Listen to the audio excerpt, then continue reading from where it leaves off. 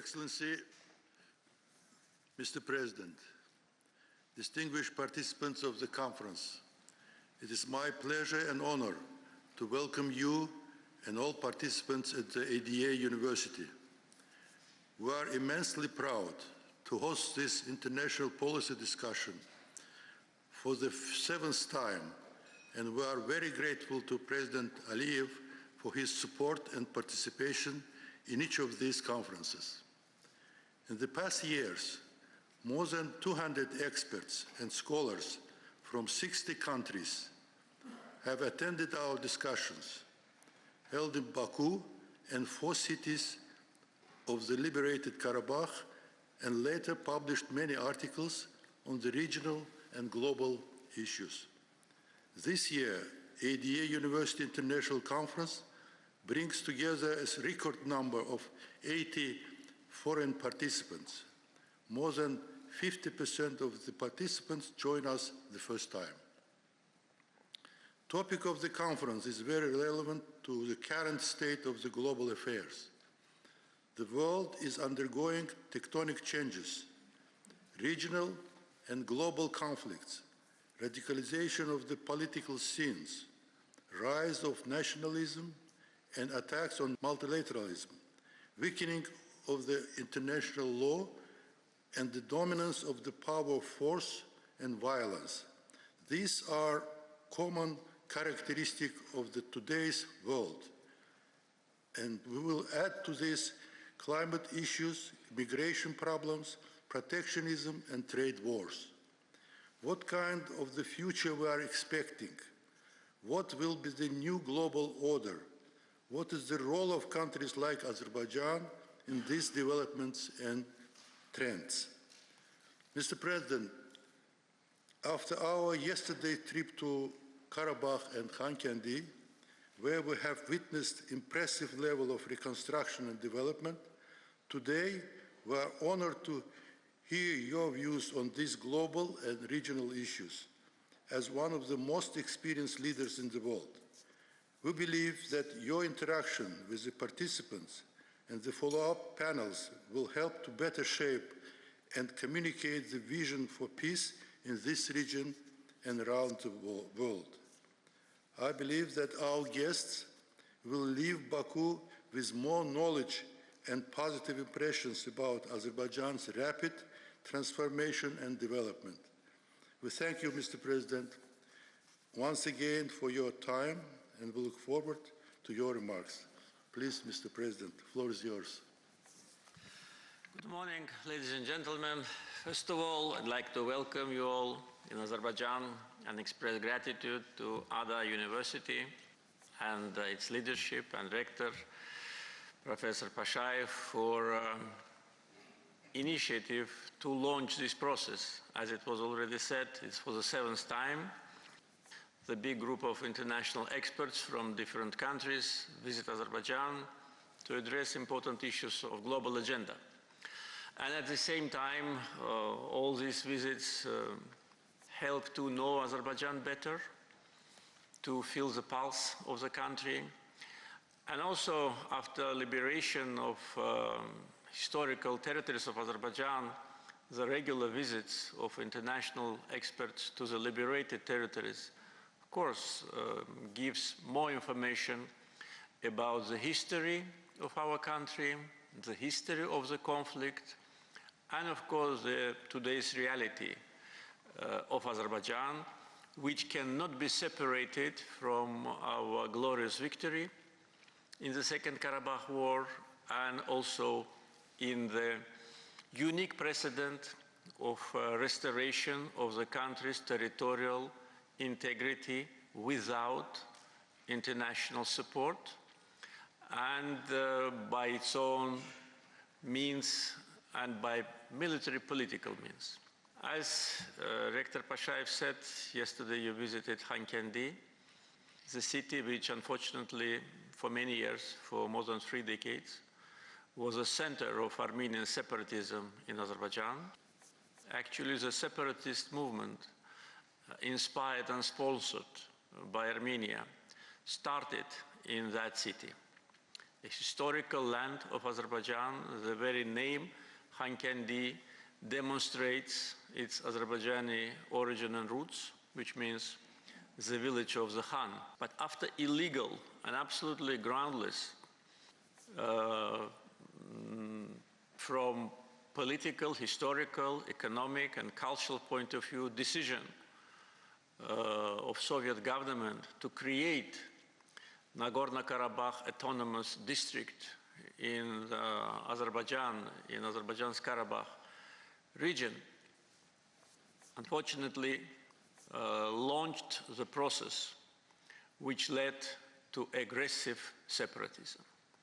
In 1923, the creation of Nagorno-Karabakh autonomous district was actually a time bomb which exploded when it was needed for separatists, for their sponsors, and for various actors which used the conflict for their political purposes.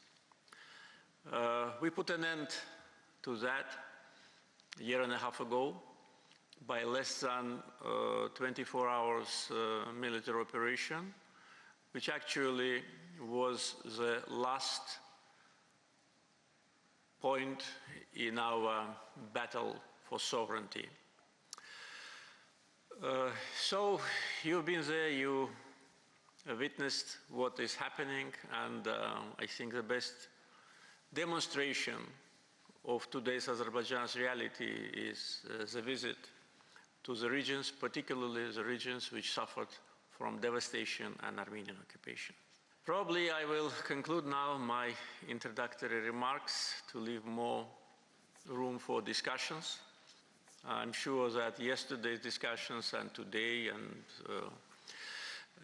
interaction between the experts will help all of us to elaborate joint approaches and exchange views on the rapidly changing world, which already absolutely different from what it was when we met last year.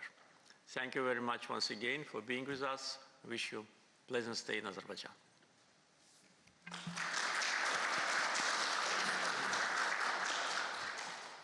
Thank you, Mr. President. With your permission, we'd like to start our discussion session, and quite a substantial number of the participants have subscribed for their questions. And we'll start first with Svante Carnell, Sweden. Thank you very much, Mr. President. It's wonderful to see you again.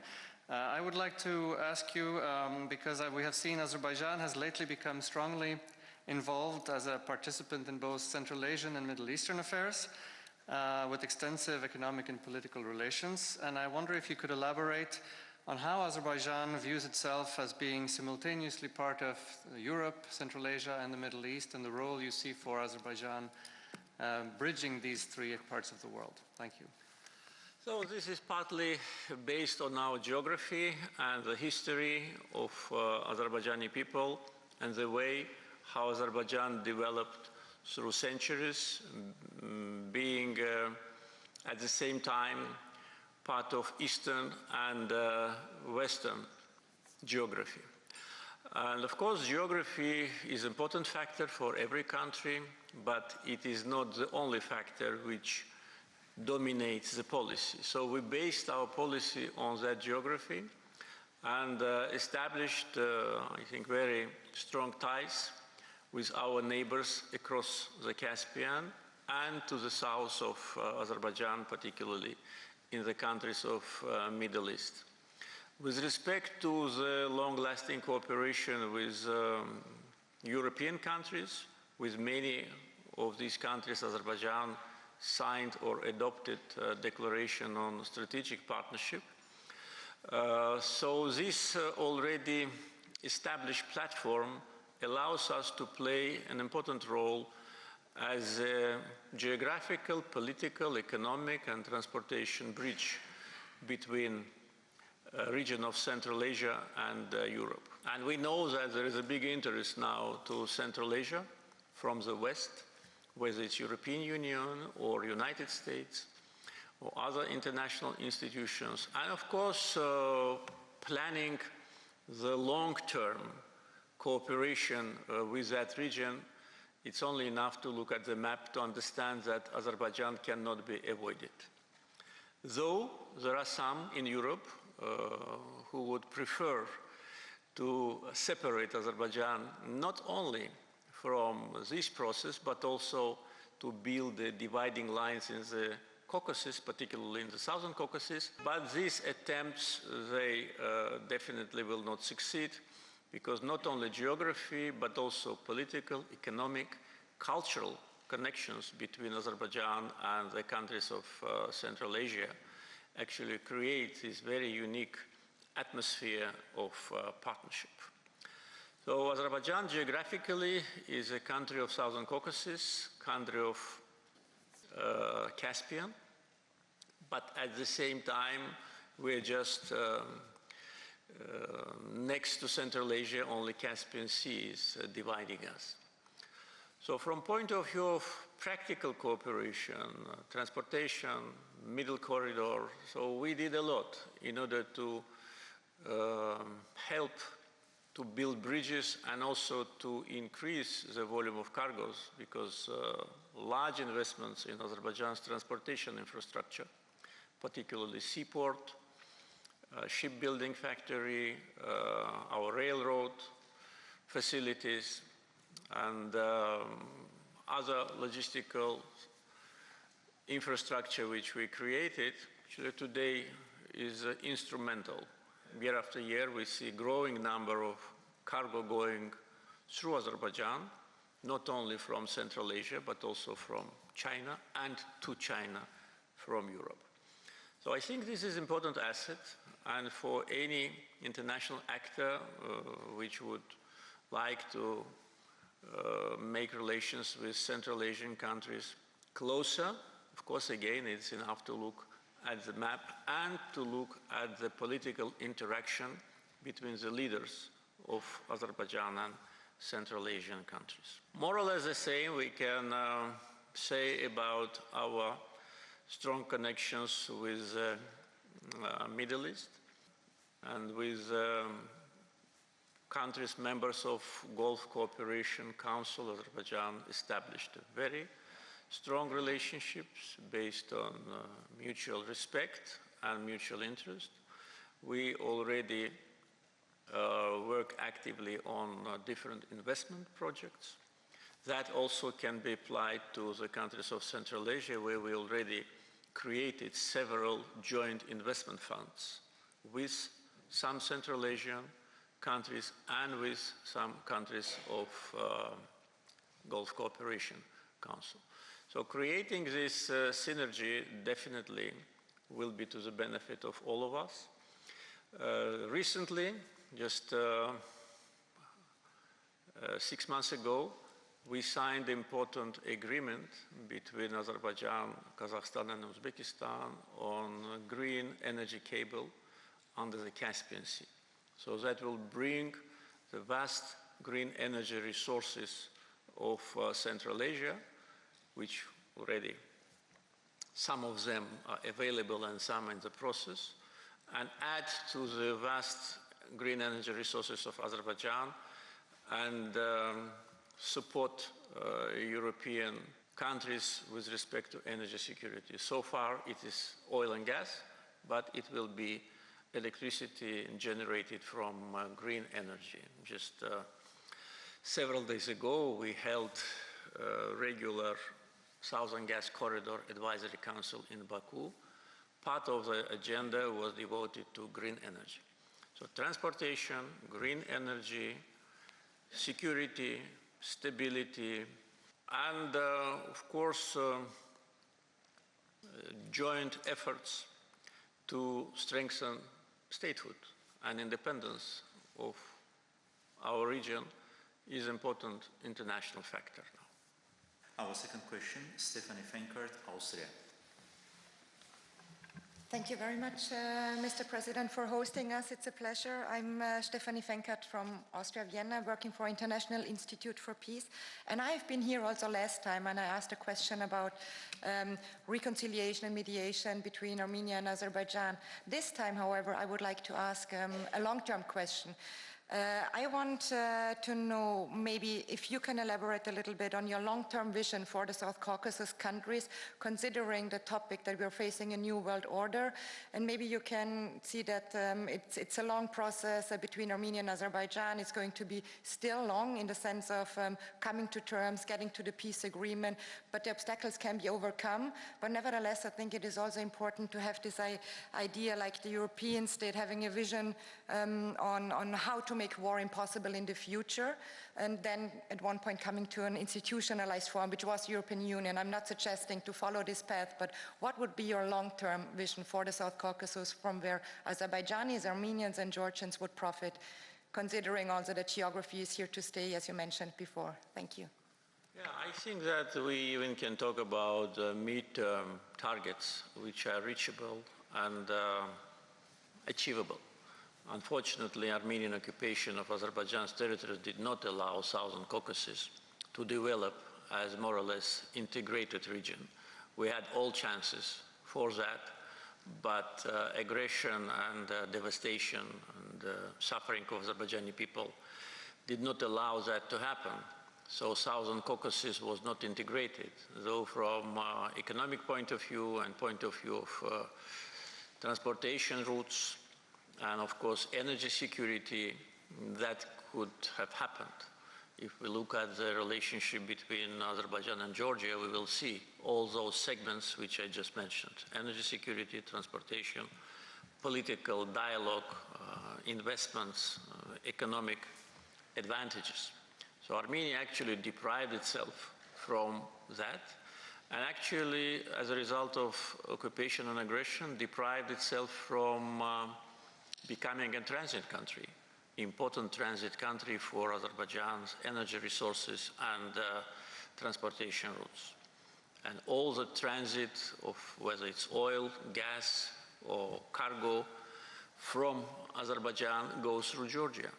So Armenia could have been part of that process. It's their fault that they miscalculated on the future development and sacrificed the economic future, their real independence, to this dream of great Armenia. When agreement between Azerbaijan and Armenia, and if is signed, then of course there'll be no obstacle of beginning of cooperation. And I think that we should not lose time, because again, with respect to peace agreements, the ball is on Armenian side. On many occasions, I already made it public many times what we expect from Armenia with respect to our territorial integrity and their constitution. So it is known. As soon as it is done and peace agreement is signed, so there'll be no obstacle for Southern Caucasus to try to be integrated region. I think it can be a win-win situation for three countries of Southern Caucasus. And being realists, of course, we cannot imagine that immediately we'll become friends with Armenia. It is not realistic. And even to talk about kind of economic integration is premature. But to start making small steps in confidence-building measures, we are ready for that. And there have been certain initiatives recently generated from our Georgian friends, and we responded positively. So we'll be waiting for the position of Armenian side, and if that happens, the small steps can start, like exchange of visits of journalists, intellectuals, joint maybe sessions on transboundary rivers, because this is a serious concern for Azerbaijan, because Armenia is polluting Araz River and also, by the way, Kura River needs to be addressed more properly en route to Azerbaijan. So all that can have a practical impact, and with these small steps we can try to reduce mistrust. To build trust it will take years, but at least to reduce it. So we are ready for that. Brenda Schaffer, United States and Israel. Hi. Good morning, President Aliyev. Good morning. We're in 2025. It's almost 5 years since the 44-day war. It's a time to especially remember the martyrs that died, especially young people defending their country, and the injured that every day are still part of the struggle. But it's also an opportunity to ask the Commander-in-Chief and the President that presided over preparing Azerbaijan and its military for this war, what your conclusions are after 5 years. We could say that since World War II, very few wars have had a true conclusion. They just sort of kick the can down to a continuing conflict. The Armenia-Azerbaijan war is one of the only one, including thanks to the September 2023 anti-terrorism operation, that has a final conclusion. So what are your lessons 5 years after the war as Commander-in-Chief? Urban warfare, low number of civilian casualties and damage to civilian infrastructure.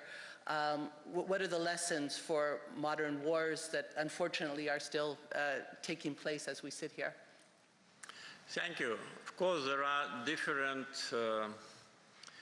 segments answering this question. First, the defense capability, and since the Second Karabakh War, Azerbaijan continued its reforms in armed forces due to the fact that still the separatists existed on our territory and we had to be ready for any kind of provocation. There have been certain military confrontations since 2020 war until 2023 when we completely restored our sovereignty. Our conduct of military operations during the Second Karabakh War clearly demonstrated the very high level of capability of Azerbaijan's armed forces, discipline, and also political will of Azerbaijani government. We did not take revenge, though one can imagine what feelings we all lived with through the years of occupation, especially when we returned to Karabakh and have seen the barbarism and vandalism. So we, and I said many times that we will take revenge on the battlefield. We will not do anything beyond normal human behavior and beyond the rules of war which we are committed to. And that was the case. We conducted the war with respect to all international rules and our own understanding about values. And this was appreciated by all the experts which thoroughly examined every day of 44 days war. So after the war ended, of course, the situation could not be considered as totally stable. Until September 2023, it was not. And we had casualties, and unfortunately, Armenia and those foreign forces which were behind them gave them very bad advices. Actually, on November 10, 2020, Armenia signed the Capitulation Act. And we all know from history what happens when one country capitulates.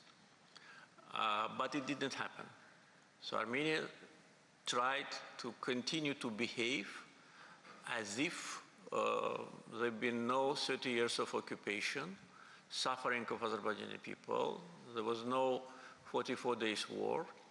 And they just got very bad advices from their so-called friends.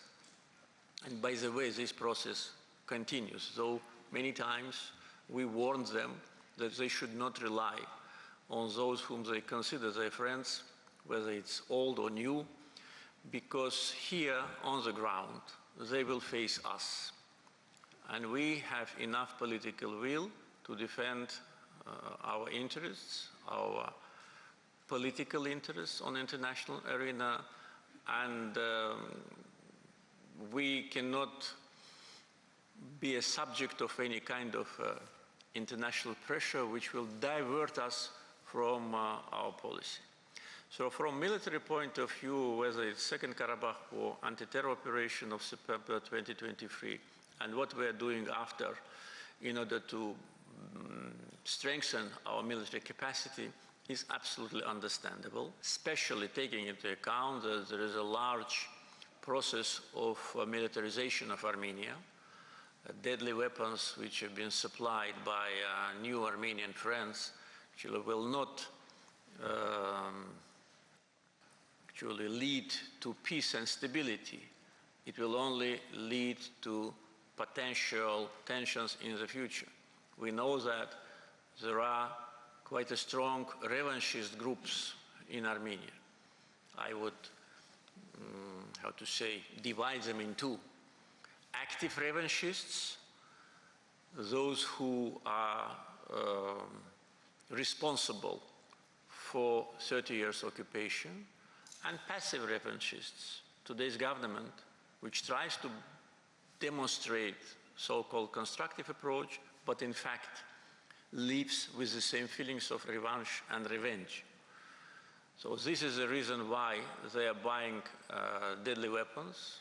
Some of them they acquire free of charge. This is the reason why they're planning new military operations against Azerbaijan. And this is the reason why they do not want just to accept our legitimate proposal to dissolve the Minsk Group of OSCE. Because as we all know, Minsk Group was created to tackle the issues of Karabakh conflict. If Armenian government considers it is done, which they declare, and if they recognize Karabakh as part of Azerbaijan, there is no reason why Minsk Group should not be dissolved legally. De facto, it is not functional. But refusal to sign a joint application with Azerbaijan to OSCE to dissolve Minsk Group formally is a sign that they just are waiting for the time.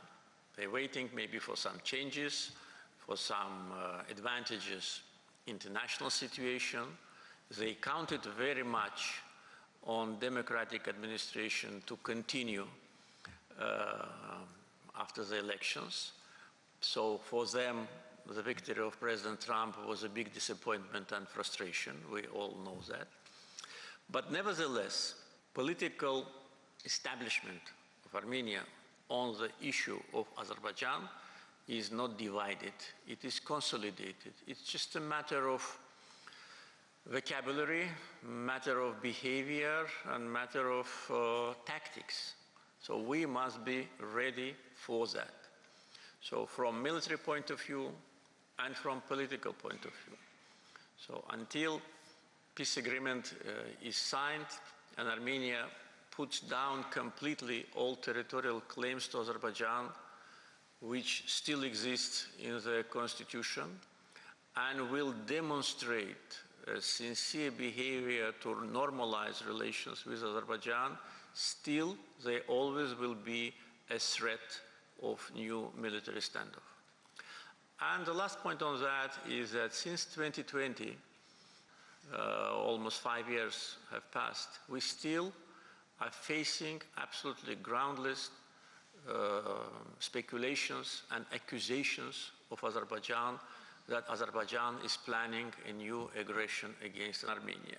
So already almost 5 years have passed, but still this black propaganda, mainly generated by the government of France and those who follow their policy in European Union, and also by State Department under Blinken. So this black propaganda continues.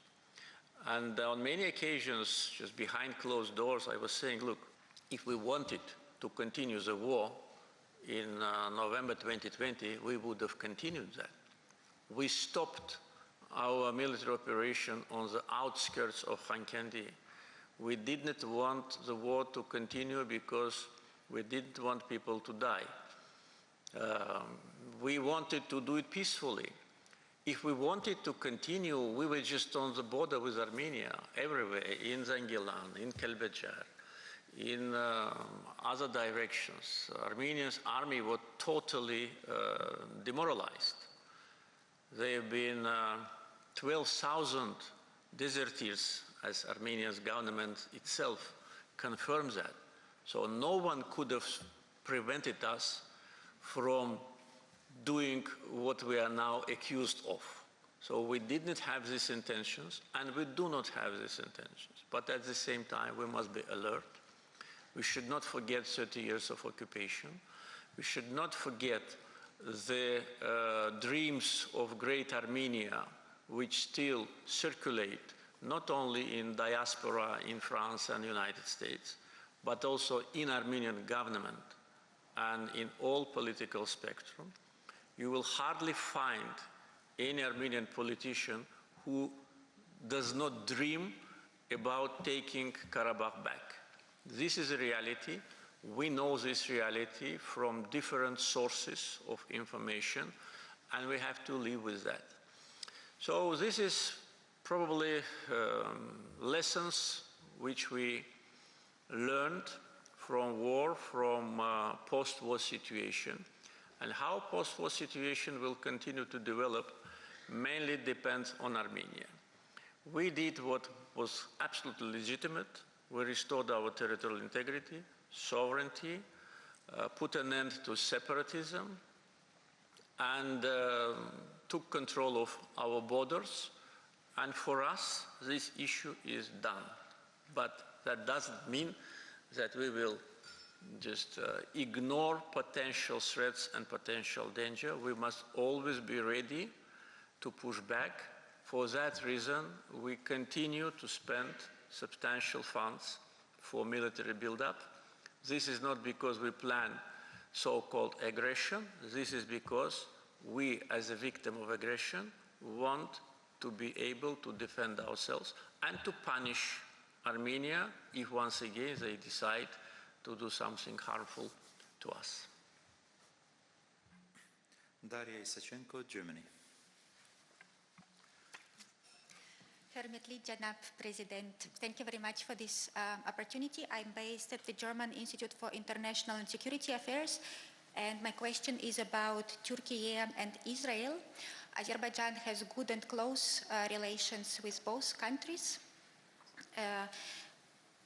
And given the current tensions between the two, what impact does this have on Azerbaijan, and if Azerbaijan is involved in any activities to ease the tensions between Turkey and Israel? Teşekkür. Yes, you're right. Both countries are close friends of Azerbaijan.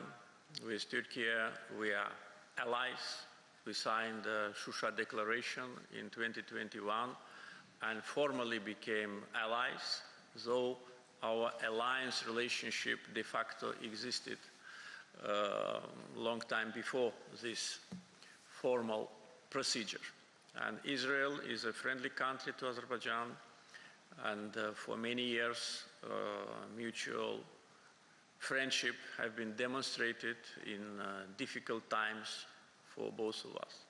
Therefore, of course, for us, these tensions between two countries is very disturbing and a matter of concern. And as it is already known, though we never made it public ourselves, but already it circulates quite broadly, the first successful reconciliation between Turkey and Israel was, to a certain degree, facilitated by Azerbaijan. Because what now happens between two countries is not the first crisis. It is second in the foreseeable past. So during the first crisis, we played active role in order to try to bring countries closer. And it was not only Azerbaijan, but I would say that Azerbaijan was number one in this process. Again, it was behind the scenes. We never made it public. We never tried to praise ourselves for that. We just wanted to help our ally and brother, Turkey, and our friend Israel to rebuild their relationship. And as you probably know, there were also visible signs of this normalization, like a visit of President of Israel, Mr. Herzog, to Turkey, and meeting with President Erdogan, and also the meeting between President Erdogan and Prime Minister Netanyahu in New York. It was, I think, 2 years ago. So now we are facing so-called déjà vu. So we know the algorithm of our actions, and I can assure you that we are sparing our efforts in order to try to be helpful. Probably at this stage, to say something more than that will be not right thing to do, because again, it's relationship between two countries, and it is up to them to what degree they want to make public any kind of process, if ever, which is happening between us. Again, during the first round of normalization, we were absolutely silent. We worked behind the scenes. So you can imagine that we are doing the same now. And we hope that the process will lead to normalization. It is always bad when your friends have bad relations. It is bad for them, it is bad for us, and bad for the world. Because I think despite legitimate concerns and despite quite a high level of mistrust, still they can be found the grounds for normalization and the areas of mutual interest. So the process, to my mind, should not stop, and Azerbaijan is doing everything in its possession to facilitate the process. Ramiz Yunus, United States. Dear Mr. President, it's a great honor for me to be here today, and I'm very happy to meet you again. Thank you very much for this opportunity. Thank you very much for the invitation. It's already a great opportunity for me. It's a tradition, came to my homeland, especially to the Karabakh region of Azerbaijan, for very important international events with your participation. Last time it was in Shusha, now in Khankendi in Baku. At the same time, I appreciate the opportunity to ask you questions regarding serious geopolitical issues in the world and around our region. Dear Mr. President, last time, before the US elections, in response to my previous questions, you shared your excellent experience of communicating with both Democrats and Republicans. And as I remember, you said it was always easier for you to work with Republican administration. Dear Mr. President, I have a question for you. If your expectation after the change of power in the White House were justified, or it is still too early to talk about that? And what do you see the main risk for Azerbaijan and for our region today? Once again, thank you very much, dear Mr. President. Thank you. From my personal experience, and I shared it on a couple of occasions, of course, working with Republican administration was much more comfortable rather than with democratic administration. I started my presidential duties in 2003 during the time of President George Bush, and relations between two countries were very good. Both of us highly appreciated mutual support and considered and publicly announced the strategic importance of our bilateral relations. Azerbaijan was among the first non-NATO countries which joined operations in Afghanistan and in Iraq, and that was based on the request from the US administration. Otherwise, we wouldn't have been there. We provided not only physical support through a large number of our military servicemen, but also provided important transportation link to Afghanistan, whether it's air connection or our land facilities and through Caspian Sea. So it was highly appreciated by US governments during the administration of President Bush. Situation changed a little bit, but not dramatically after President Bush ended his duties. But during the times of Biden-Blinken administration, relations between the United States and Azerbaijan can be characterized as relations in crisis. And the reason for that was not us. We always wanted to have good relations with the United States, which is the strongest country in the world.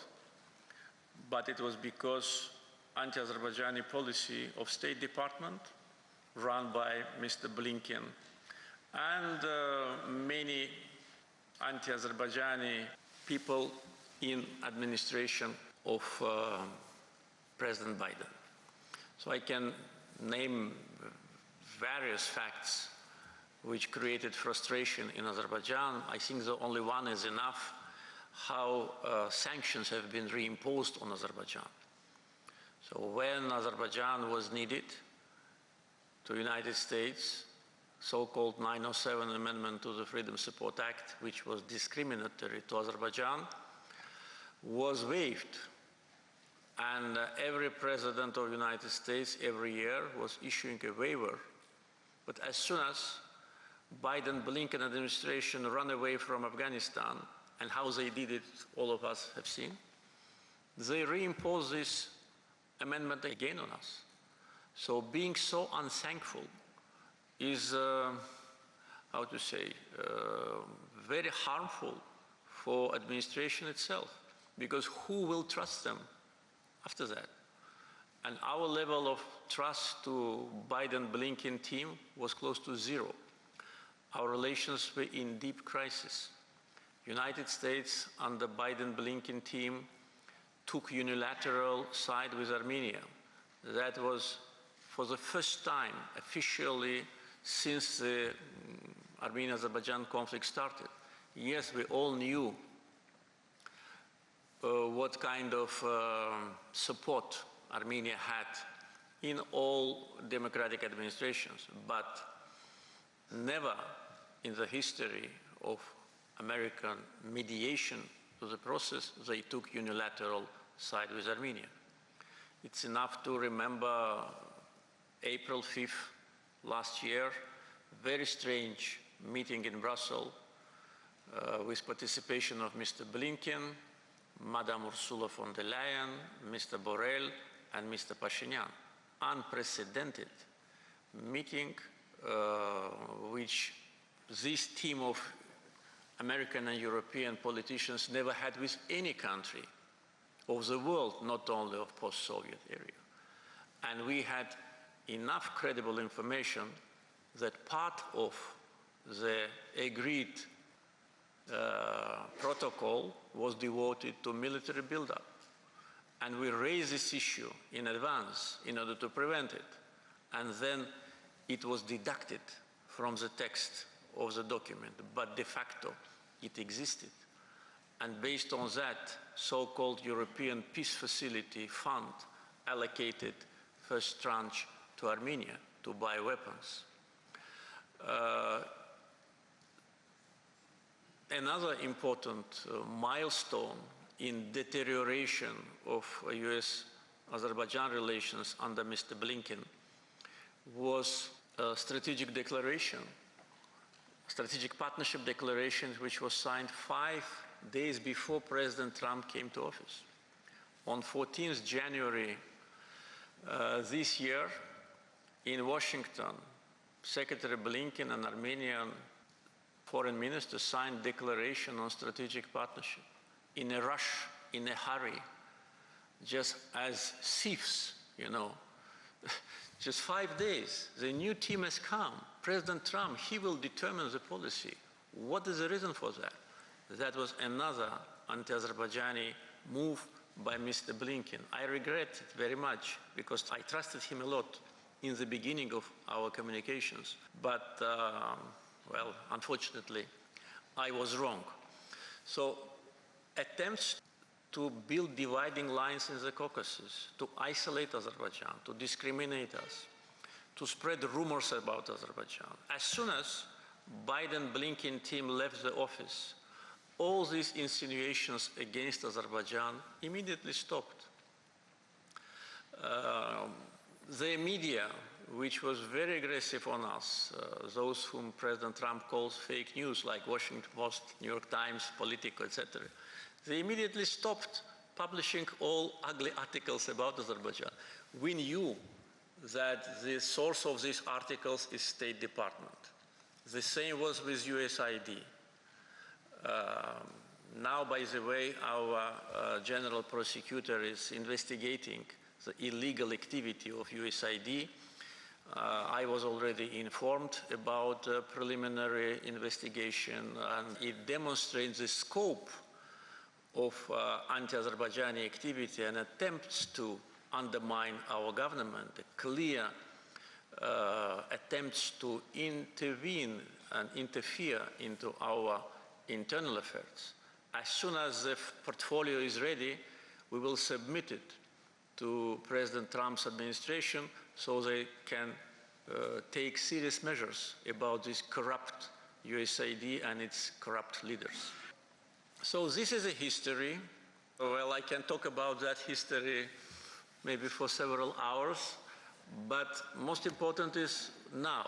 Whether we already got what we expected, I would say yes, because first, anti-Azerbaijani trend in US policy stopped, and this is already a positive sign.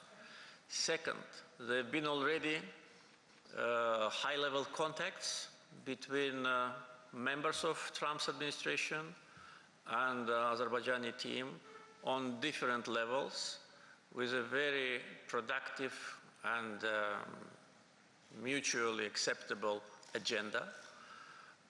And third, taking into account the agenda of Trump's administration, we can foresee that this period in our relations will be a very good opportunity to strengthen our partnership. And also we have experience in working with Trump's administration during his first term, which was also very positive. We didn't have any crisis in our relations. Yes, our relations were not as active as we would have wanted them to be, but that was first term. Now, when President Trump and his team have seen European Union's hypocrisy against him, have seen how European leaders were behind the plot against him, supporting Madam Harris. So he felt it on his own skin. So his second term, definitely, that's my assessment, will be much more active and much more concentrated on Americans' national interests than his first.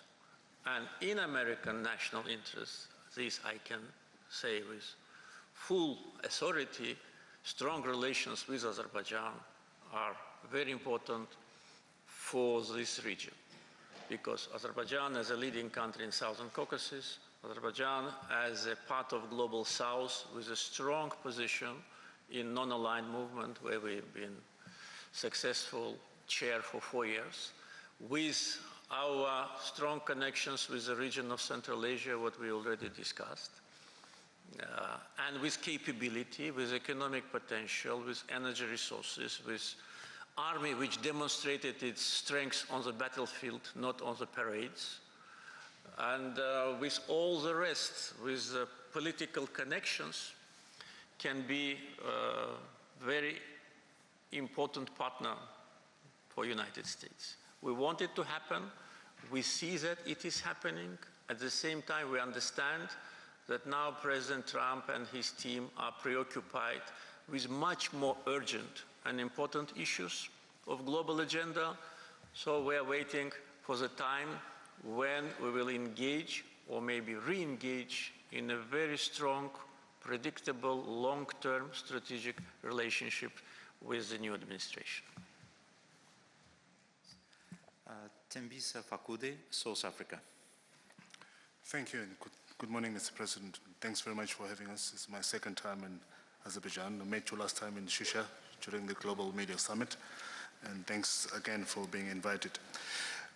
Azerbaijan is, at least from where we sit in Africa, we're observing the geopolitical strength and involvement of Azerbaijan with the leadership at the non-alignment movement.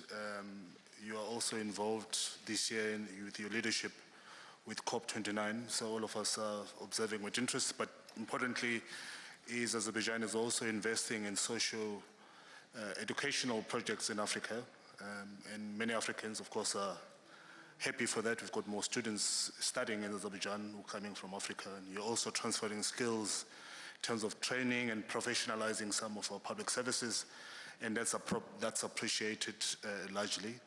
But Africans are also looking at the more additional involvement on Azerbaijan, particularly in southern part of Africa where I come from. Now the question is, and this is the answer I have to take back home, do you have any plans of expanding your socio-educational and other academic involvement, in particular in southern Africa? And if that's the case, what are those plans? Thank you. Thank you very much. First of all, I'd like to say that South Africa is one of the few countries on the African continent where we have already embassy for many years. We don't have many embassies in Africa, but the number of embassies is growing. I think South Africa was one of the first. So this demonstrates our huge interest to work with your country on different tracks. Yes, we've been always very supportive to our friends in Africa when they needed our support. During the times of COVID, we provided financial and humanitarian support to more than 80 countries, and majority of those countries were countries of African continent. Through different means, we support educational programs, medical programs, we provide scholarship for students from Africa.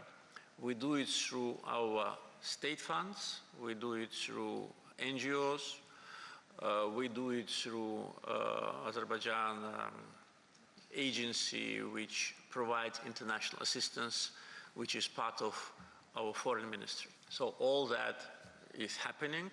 Yes, we would like to see more active interaction, and I think this year's visits from African leaders to Azerbaijan demonstrate this huge mutual interest.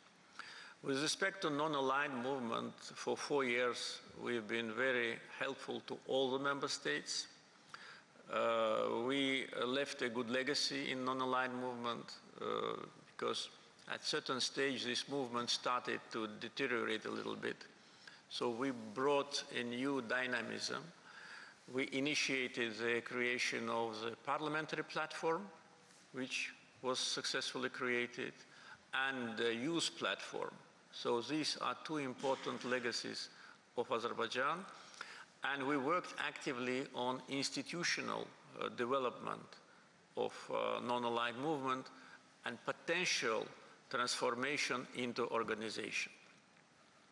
Our chairmanship was unanimously supported when we've been elected for 3 years, but then member states decided to extend our chairmanship for 1 more year, which is unprecedented case in the history of the movement. So again, by unanimous decision, Azerbaijan's chairmanship was extended.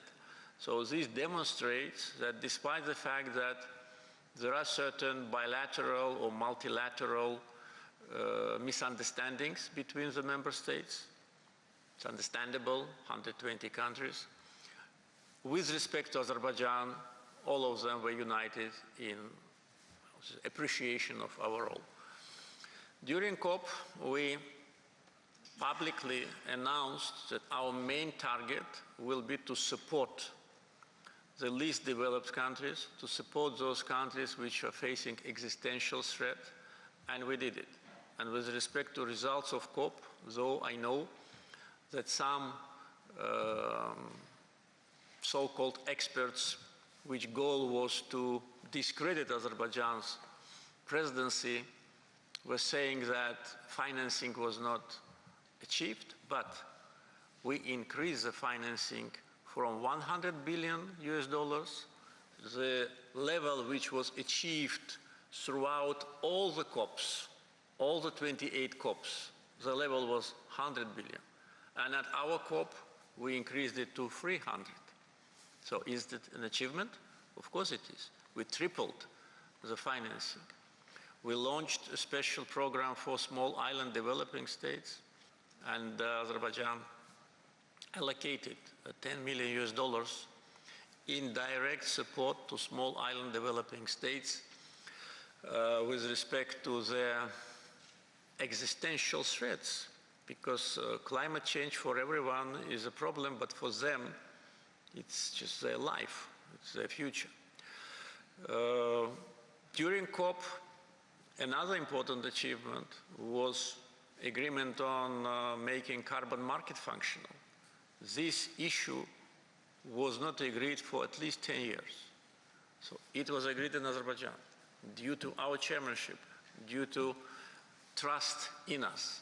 And also, of course, we played an important role in building bridges between global south and global north. That was one of the important assignments which we put in front of ourselves. So the way how we tackled COVID, the way how we hosted COP, and by the way, until the end of the year, we will be president.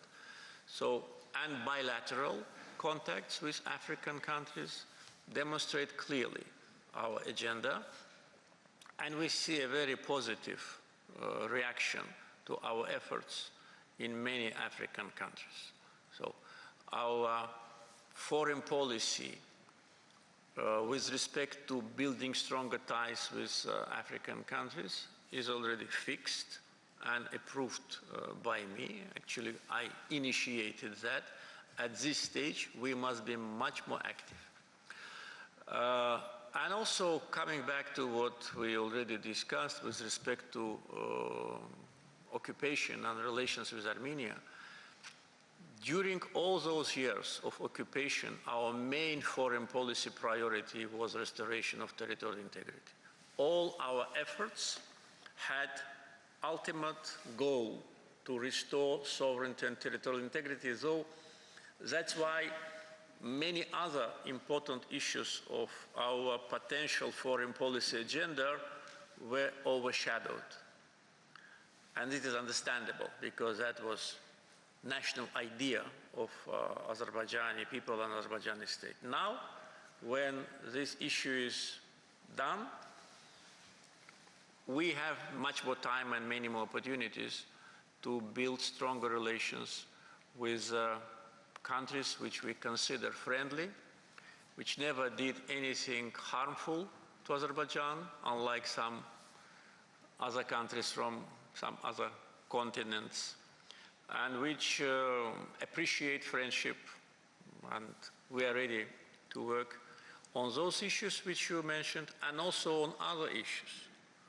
We already are in the phase of providing low-interest loans to to some countries in Africa to tackle important issues.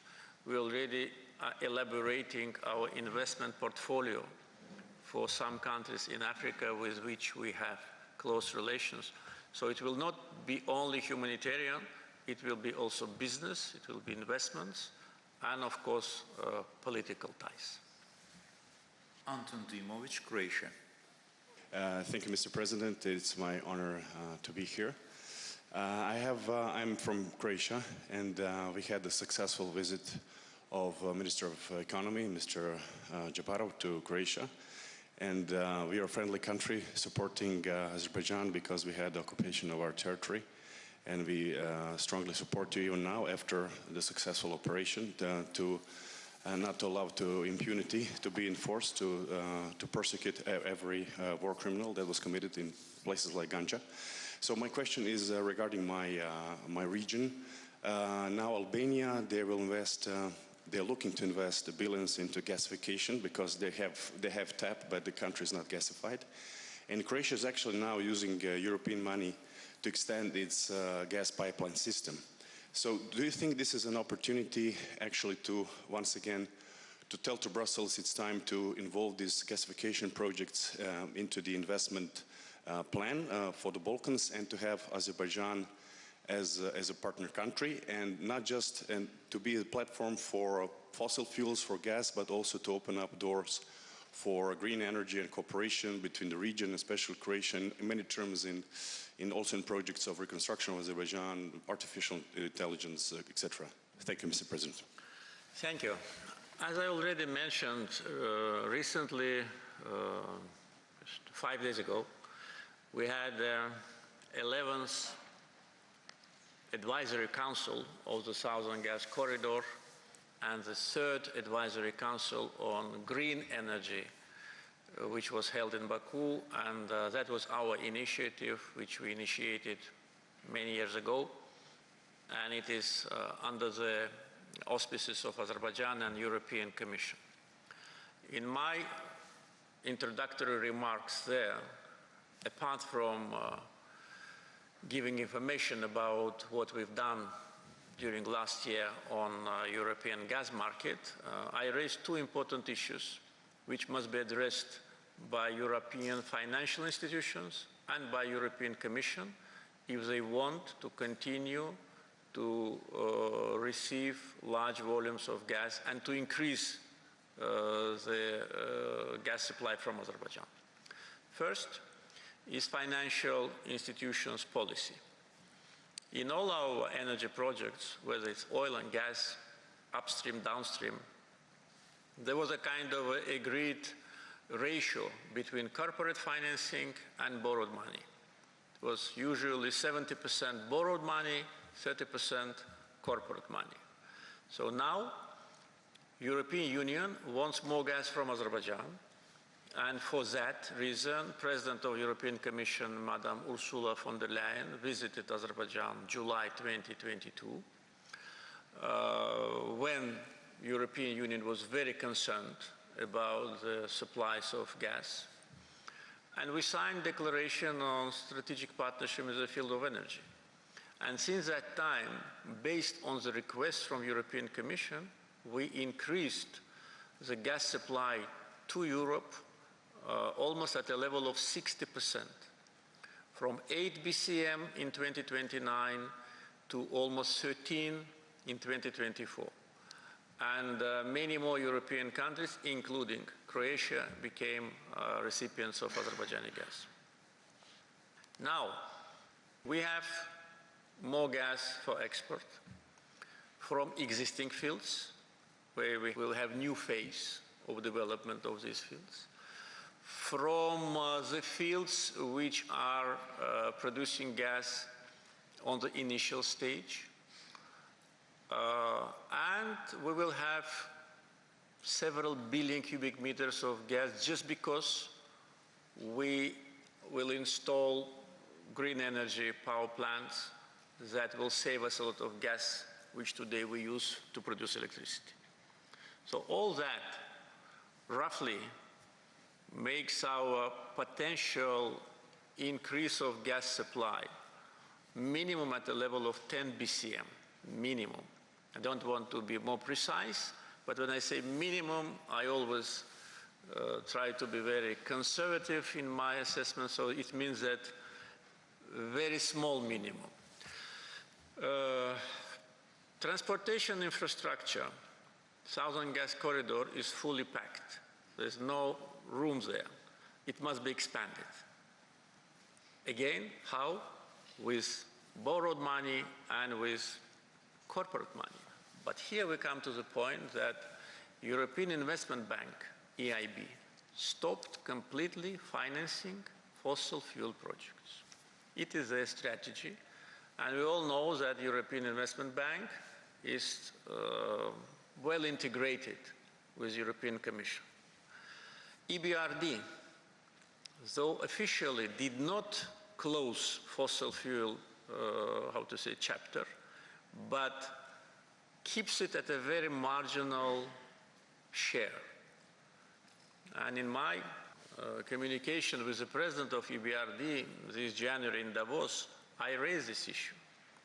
And I raised this issue during the visit of President of Germany just several days ago, because Germany, as a leading country in Europe, has a lot of instruments in order to influence the policy. I raised this issue, as I said, publicly during my comments on Advisory Council on the 4th of April, and I raised this issue with European Energy Commissioner during our meeting. So this is number one. This embargo on fossil fuel financing must be lifted. Well, they need just to look at what President Trump is doing on fossil fuel and not to be late.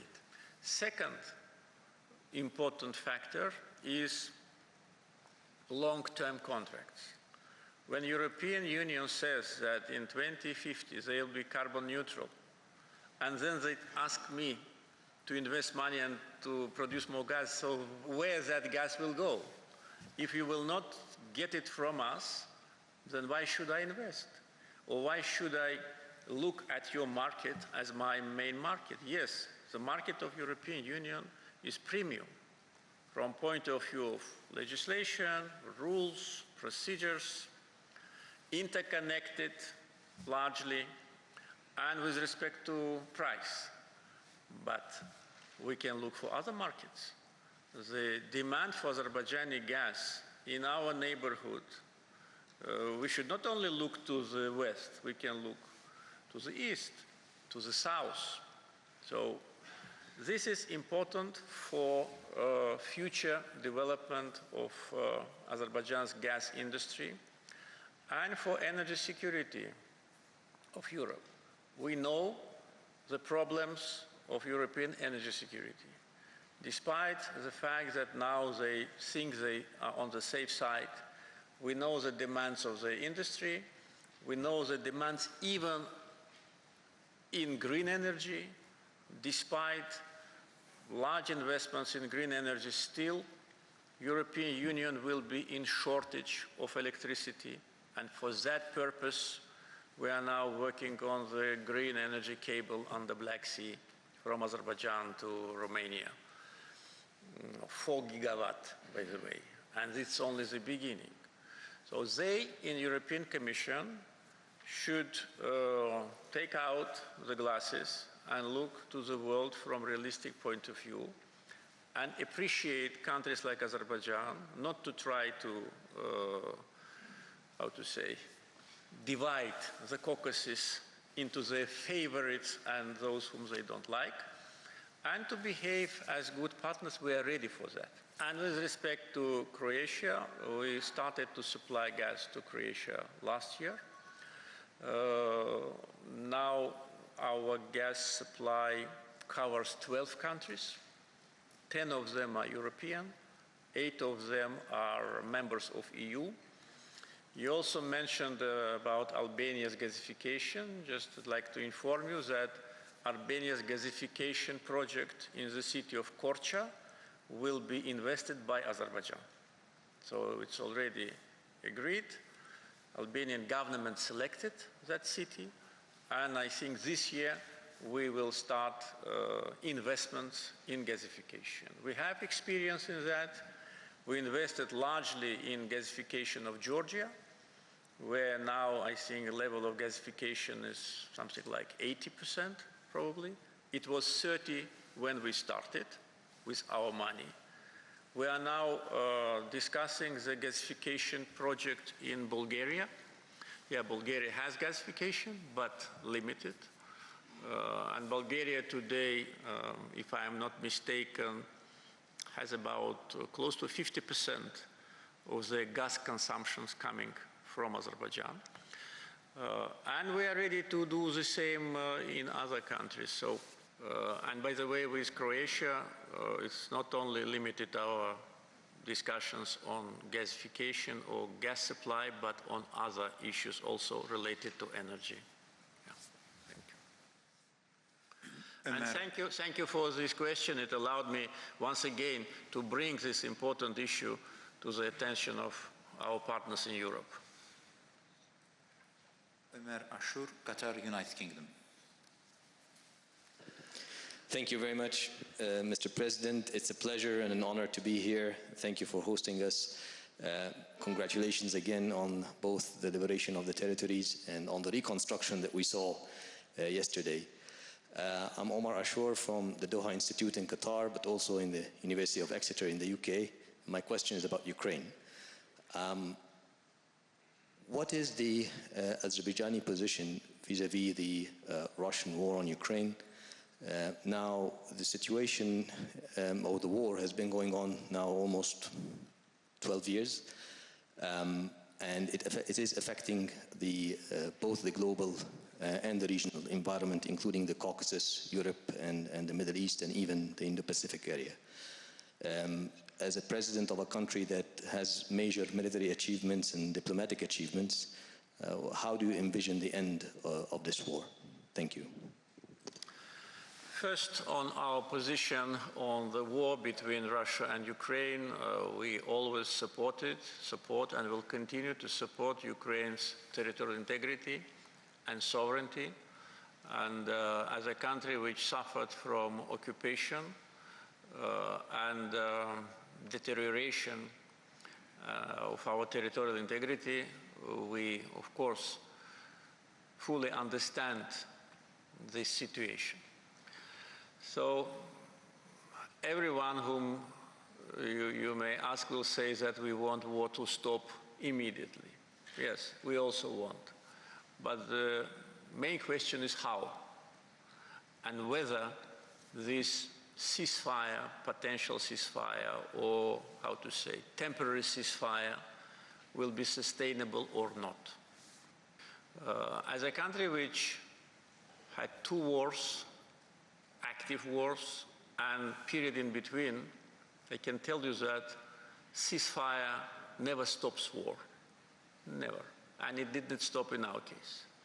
It's just a temporary relief for countries to regroup, to mobilize, and to start again. Second, what ceasefire means. It's also important because these terms are very important for those who want to help the war to stop, to clearly understand what we are talking about. Everybody will say, I want war to stop. Yes, let's applaud. So what?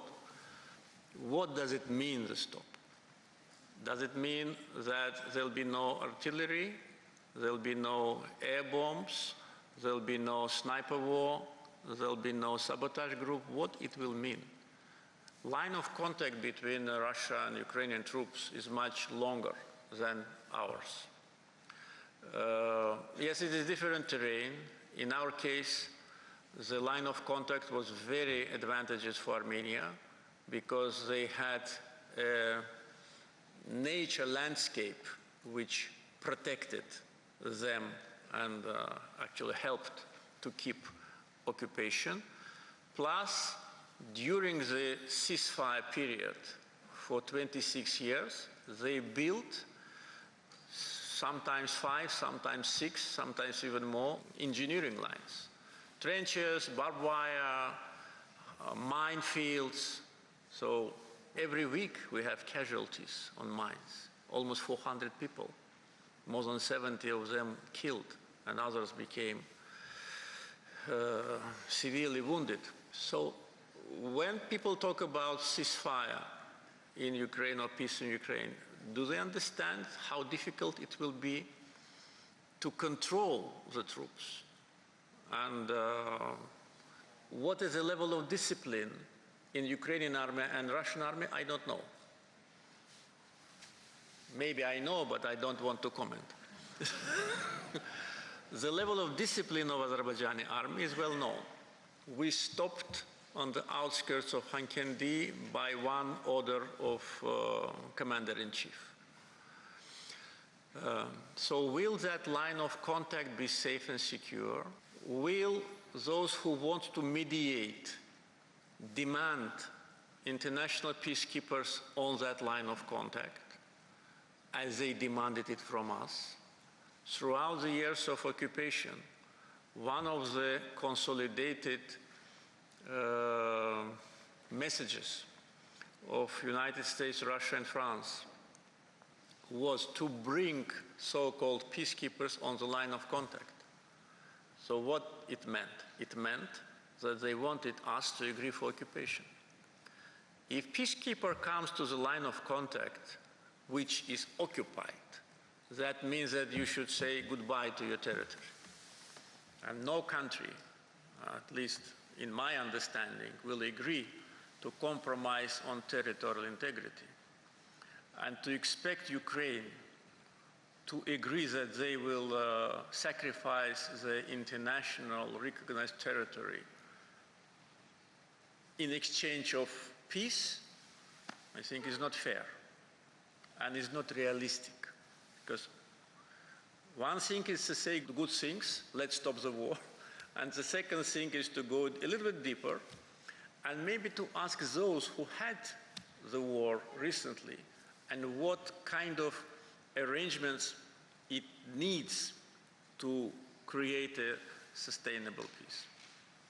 Since 1994 May, when we had a ceasefire with Armenia, the war never stopped.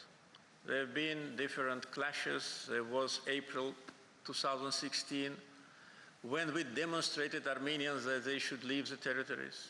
We didn't want to enter in a large-scale military operation. That's why it lasted only 3 days. But we demonstrated them that we can liberate territories, and we liberated territories. Small, but they did not take that lesson. And then there were several more. The sniper war never stopped throughout 26 years. And even now, you can see that a lot of shootings on our border coming from Armenia. And if ours shoot, they shoot only in response. Discipline in Armenian army is very low. They recruited people who never served or maybe served 30 years ago in army, civilians, these so-called paramilitary groups, veteran groups, and people who do not serve in the regular army because of lack of human resources in Armenia. So all these questions, of course, it's a big topic, so we can talk hours about that. But without addressing this core issue, it will not work. Me personally, being a realist, I do not see in the foreseeable future any prospect for peace between Ukraine and Russia. Russia declared occupied territories as part of Russia. How they can step back from that? Ukraine considers, as the whole world, these occupied territories as part of Ukraine. And Azerbaijan considers them as part of Ukraine. How can they sacrifice and say, no, it's not part of Ukraine? Well, if it happens, then it means that I do not understand something in international politics. And unfortunately, wars end when there is a final capitulation act. As our friend mentioned, from Croatia, they liberated their territory, came to their border, and stopped. And we did the same. We came to our border and stopped. That's how the wars end. This is real world. Ambassador Kılıç, Türkiye. Thank you very much, Mr. Hacıyev. Your Excellency, Mr. President, it is a great honor to be at this conference under your distinguished presence. I am grateful to His Excellency, Ambassador Pashayev, along with his esteemed team, for inviting me to this very significant conference. Other university is a unique institution in the region that organizes important international conference on the current topic.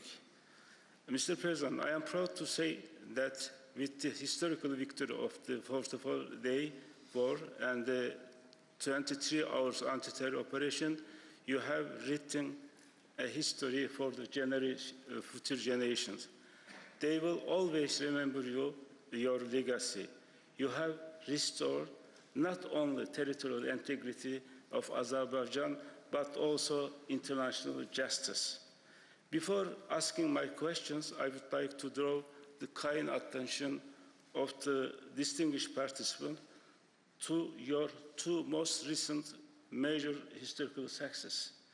First, your remarkable achievement as a chairman of the No-Alignment Movement for 4 years.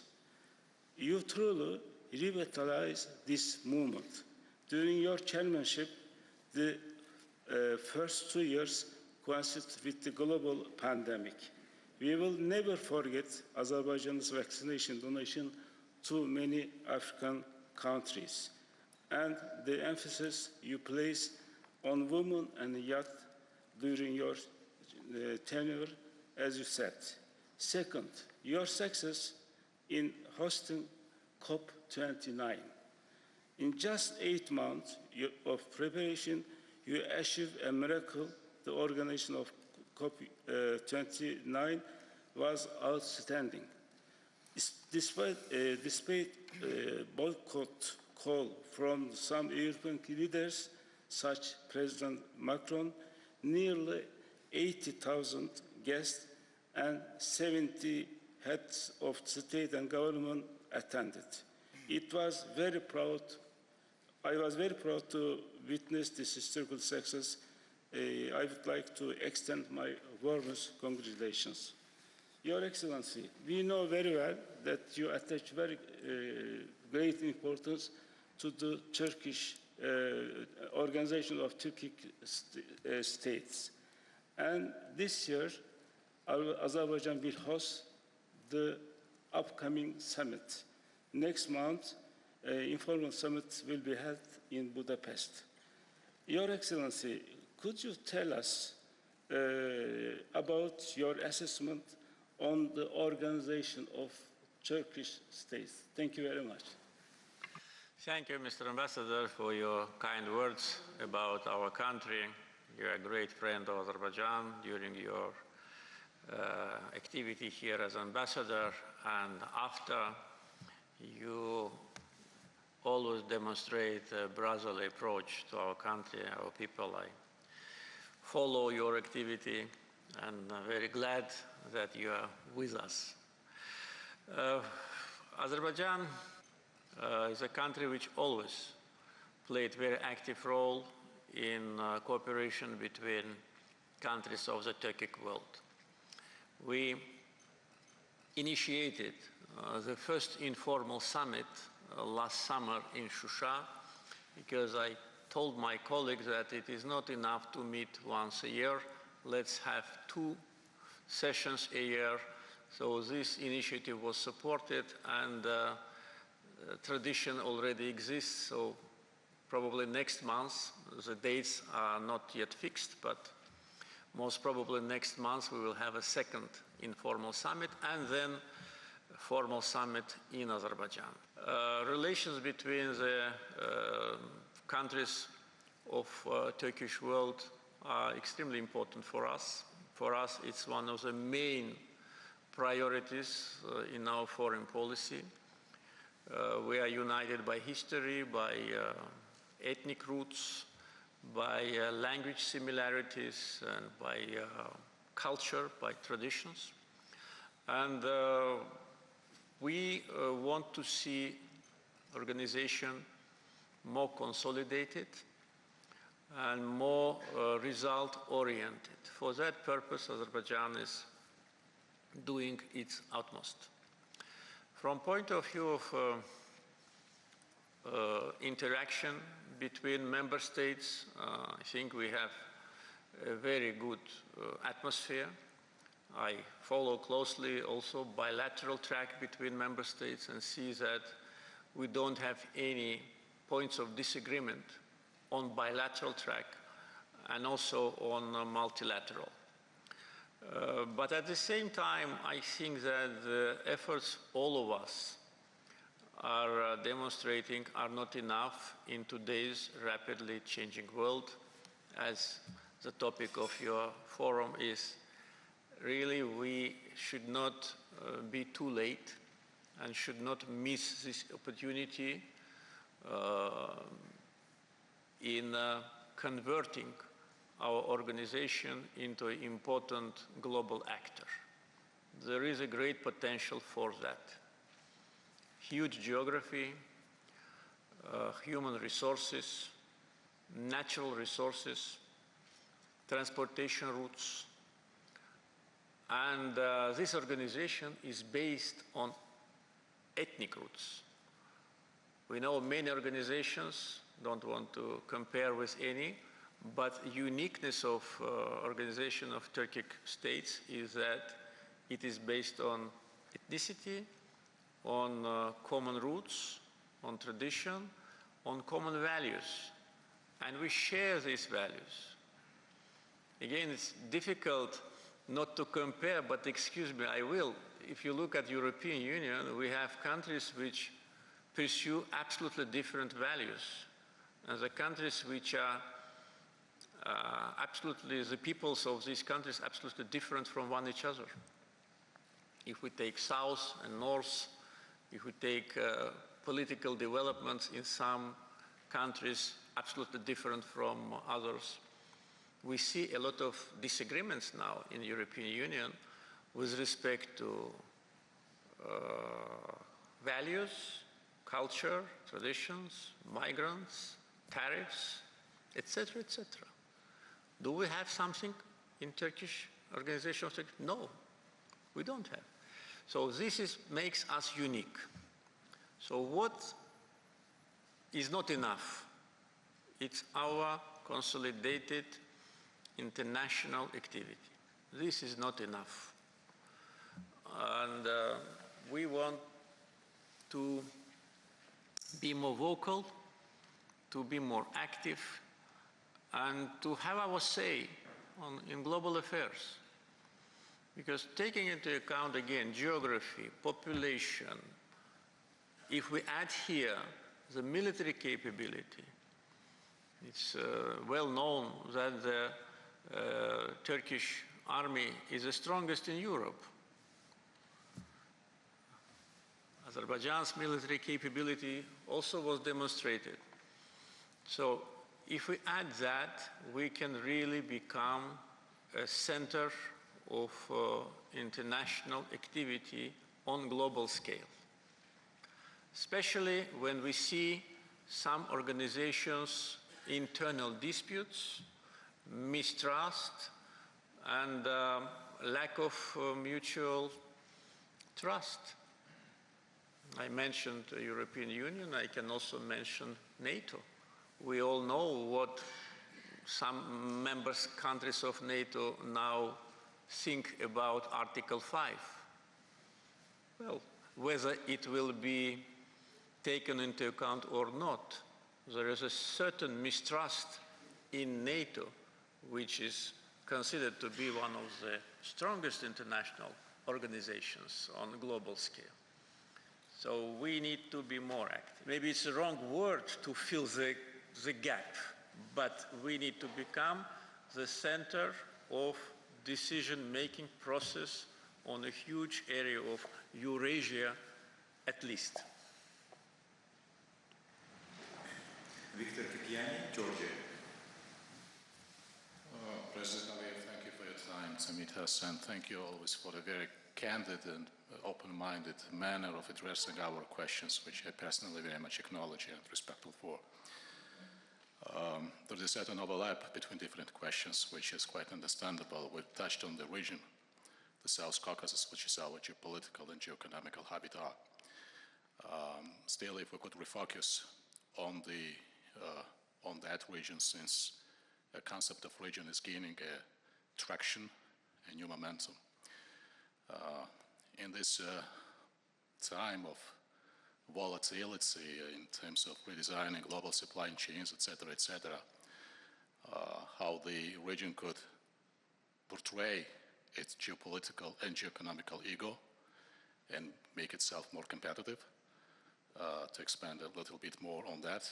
And also, as someone who represents Georgia, is from Georgia, to address that question in the context of our bilateral ties.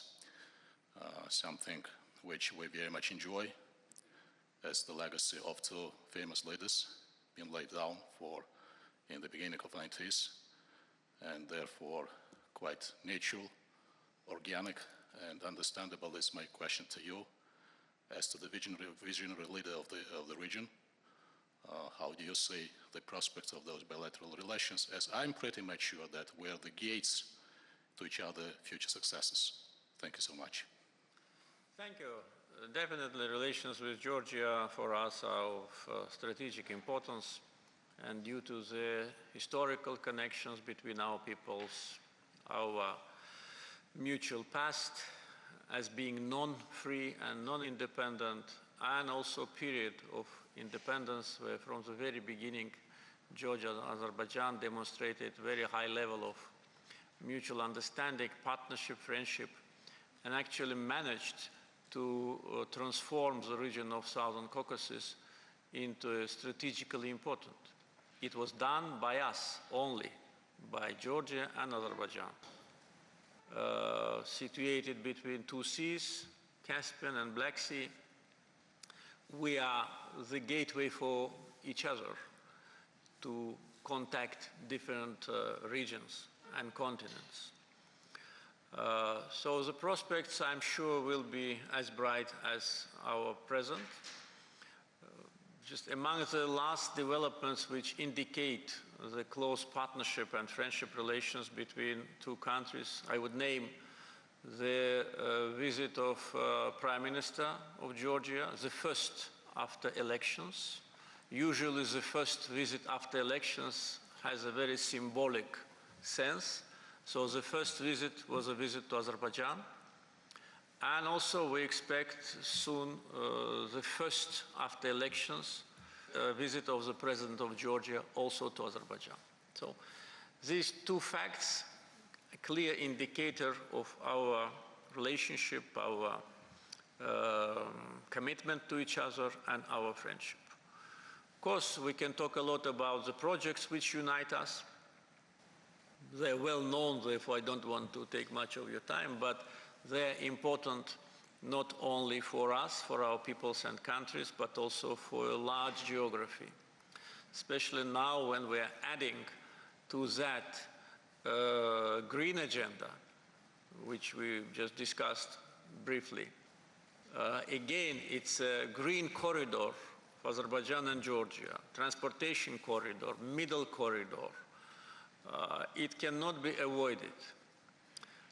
Frankly speaking, I was surprised when I was informed about the comments of President of European Commission, Madam Ursula von der Leyen, which she made in Uzbekistan at the summit of Central Asian leaders with the leaders of European Commission, when she was talking about opening the border between Azerbaijan and Armenia and Turkey in order to facilitate the middle corridor, as they call it in Europe, Global Gateway.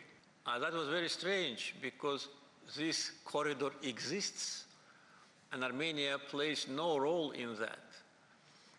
We can understand the feelings of European bureaucrats towards Armenia, but you cannot ignore the map. And we, in Georgia and in Azerbaijan, we provided all those facilities which today help Europeans to communicate with Central Asia. Georgian seaports, Baku-Tbilisi-Kars Railroad, Azerbaijani seaport in Alat, Caspian shipping, which is instrumental in transportation. All that is ignored. How much money we invested, all that is ignored. Only open the border between Turkey and Armenia, open the border between Armenia and Azerbaijan. What Europe has to do with that? It's none of their business. Relations between Turkey and Armenia and Azerbaijan and Armenia, the longer distance between European Union and these issues is the better for everyone. But there was not a single word about Georgia, as if Georgia do not exist. This is unfair. And the attitude to Georgia's internal process in European Commission is absolutely unacceptable. This is a behavior of colonialists. They try to look at the will of Georgian people from the prism of their colonial past. This is absolutely unacceptable. And people of Georgia know that we are with them, and the government of Georgia knows, and internal issues of Georgia must be resolved by Georgian people, not by bureaucrats from Brussels. So with respect to all that, we need to strengthen our partnership between Georgia and Azerbaijan. And as already we discussed during the previous questions, to look at opportunities of Southern Caucasus to establish ties without any facilitator. We are fed up with these facilitators. We had those facilitators for 28 years, this notorious OSCE Minsk group, which only goal was to seal the occupation and to transfer Karabakh to Armenia. And now when we hear about someone who wants to facilitate, we are a little bit concerned. So let us ourselves, we live here in the region, we as Azerbaijan want to have good neighborhood relations with European institutions, primarily European Commission, but not at the expense of our interest, not at the expense of their continuous attempts to interfere into our internal affairs, finance different segments of our society, brainwash our young generation, and to poison the brains of some people in our region. So this is how we want to see Southern Caucasus as leading countries of the Southern Caucasus. Azerbaijan and Georgia, of course, should take the main burden for cooperation. But of course, Armenia, when and if agrees to, amend its constitution with respect to territorial claims against Azerbaijan, can join the process, and we can think about future long-term predictable situation in our region. Rick Fawn, United Kingdom. Mr. President, thank you again for this tremendous opportunity. Rick Fawn from the United Kingdom. If I may just also take this opportunity to say that the embassy in London does fantastic outreach, and it's a tremendous privilege and pleasure to work with them.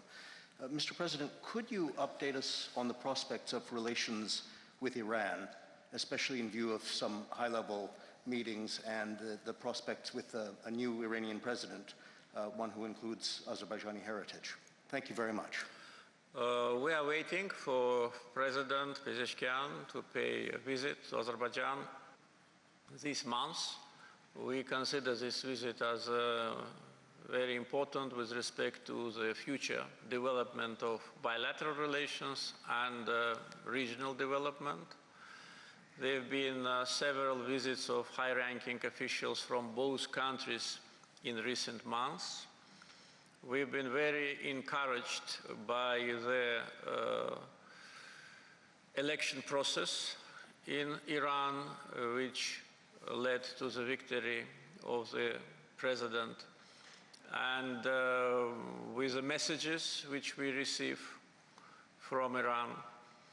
So we want to have good relations with all our neighbors, including Iran, and there is quite a substantial part of economic and transportation agenda, because we talked about middle corridor, but at the same time Azerbaijan is part of another important corridor, north-south.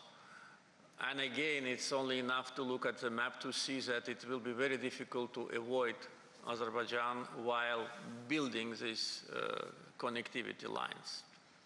And on Azerbaijani territory, all the works with respect to highway and railroad infrastructure is done.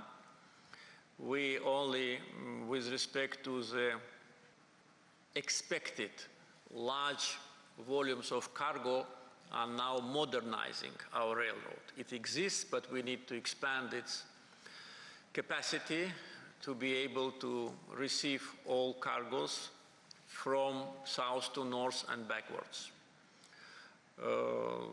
Many issues related to energy infrastructure, electric energy lines. We export electricity to Iran and also work on issues related to multilateral cooperation in the region. Yes, we cannot forget tragic events which unfortunately happened, like a terror attack on our embassy, but that was before President Pezeshkian came to power. And we are absolutely sure that that was an organized act of terror against Azerbaijan, and all the narratives that it had some personal grounds, absolutely groundless. For 40 minutes, the terrorist was trying to, and actually managed to penetrate the building, and then when he was pushed back by unarmed security officer, he already managed to kill one and to severely wound two others. And for 40 minutes, there was no police around in the city center. Can you imagine that? It's not possible to imagine. And the terrorists had Kalashnikov, had hammer, had Molotov cocktail, and all that is filmed by our cameras inside and outside. And the police officer, which was supposed to defend the embassy, ran away. Okay, probably he was afraid. But why didn't he inform the police department, which is next door, that there is a terror attack on the embassy? And I asked our Iranian visitors, if you were me, what would you think about that? That was very unfortunate, and you know that we pulled back completely our embassy staff. Then I received a promise from the late foreign minister of Iran. It was already a long time ago, more than 1 year ago, that the perpetrator will be brought to justice and he will have the highest possible punishment. But it didn't happen until now. It's more than 2 years have passed. And immediately after the terror act was committed, the terrorists appeared on the media giving interviews. Have you ever seen these kind of things? That the person who kills person in the embassy of other state gives interview immediately. And the same day he was announced crazy. But, you know, we all know the procedure of medical expertise. It takes time, because sometimes the criminals, the perpetrators of different criminal activities, they pretend to be crazy. To define whether it's crazy or not, mentally ill or not, you need time. You need medical commission. And it was officially announced that he is just mentally ill. And now it's more than 2 years, and the sentence is not executed. Though we know in cases less aggressive, the execution of sentence in Iran takes maybe a couple of months. But in our case, it's more than 2 years. So can we forget it? No. No. It overshadows relations. And our hope is that the new government will fulfill the promise of the previous government. And not only the person who committed this terror act, but those who were behind him and those who sent him to attack Azerbaijani embassy will be punished. So, saying all that at the same time, with the new administration, we have working relations. We expect from them addressing this issue. We understand the complexity of political system. We understand the limitations of executive power. We know all that. But nevertheless, in order to normalize completely relations between two countries, this terror act and those who perpetrated and those who were behind the terrorists must be brought to justice and punished. Talat Shabir, Pakistan. Thank you, Mr. President. I'm Dr. Talat Shabir, representing Institute of Strategic Studies, Islamabad, Pakistan. And thank you very much for the opportunity I was given to be here for the first time. Azerbaijan, it was wonderful to be in Karabakh too yesterday. My question is on China's role in Global South. We know China's initiatives like Belt and Road Initiative are fostering mutual development. Despite challenges of long-term sustainability in developing world, China's diplomatic, economic, and political influence is growing in Africa, Latin America, and Asia. China also offers an alternative model to Western-led institutions, such as IMF and World Bank. How does China's engagement with the Global South as a national leader, as it is now in scholarship is referred to, reshape traditional Western-dominated global order? Thank you. Well, with respect to financial side of your question, I'd like to say that Azerbaijan for many years almost completely reduced dependence on international financial institutions. We stopped cooperation with IMF soon after I was elected president first time. And with other financial institutions, we either completely emptied the portfolio or very close to that. Our direct foreign debt is something more than $5 billion only. So it's about less than 7% of our GDP, which is an indicator that we are not in need of financing. On the contrary, we've been approached by financial institutions with the offer to borrow the funds, and we are now working because we do not want to completely empty the portfolio. Among our main partners with respect to financial institutions, also we have Asian Bank for Infrastructure and Investment, which was created at the initiative of China. So from this point of view, difficult to comment because actually this is not on my agenda because it is done.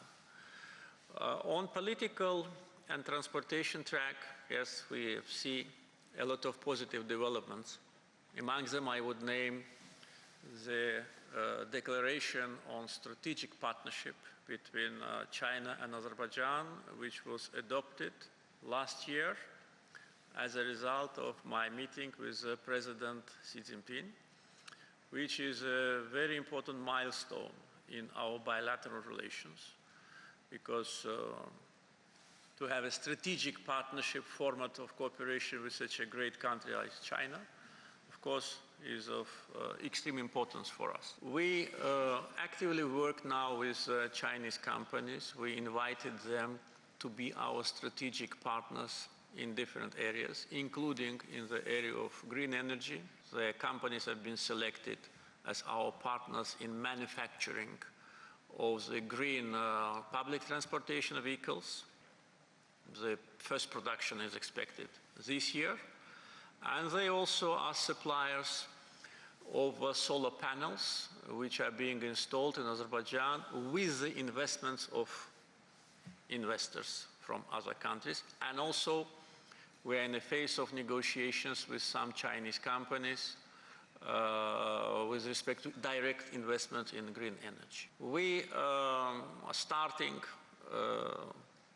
dialogue on defense industry cooperation, and we think that that could be a very promising process because, as we already discussed, Azerbaijan is continuing to modernize its armed forces, and of course for us it will be also interesting to diversify the geography of supplies and also engage in joint manufacturing.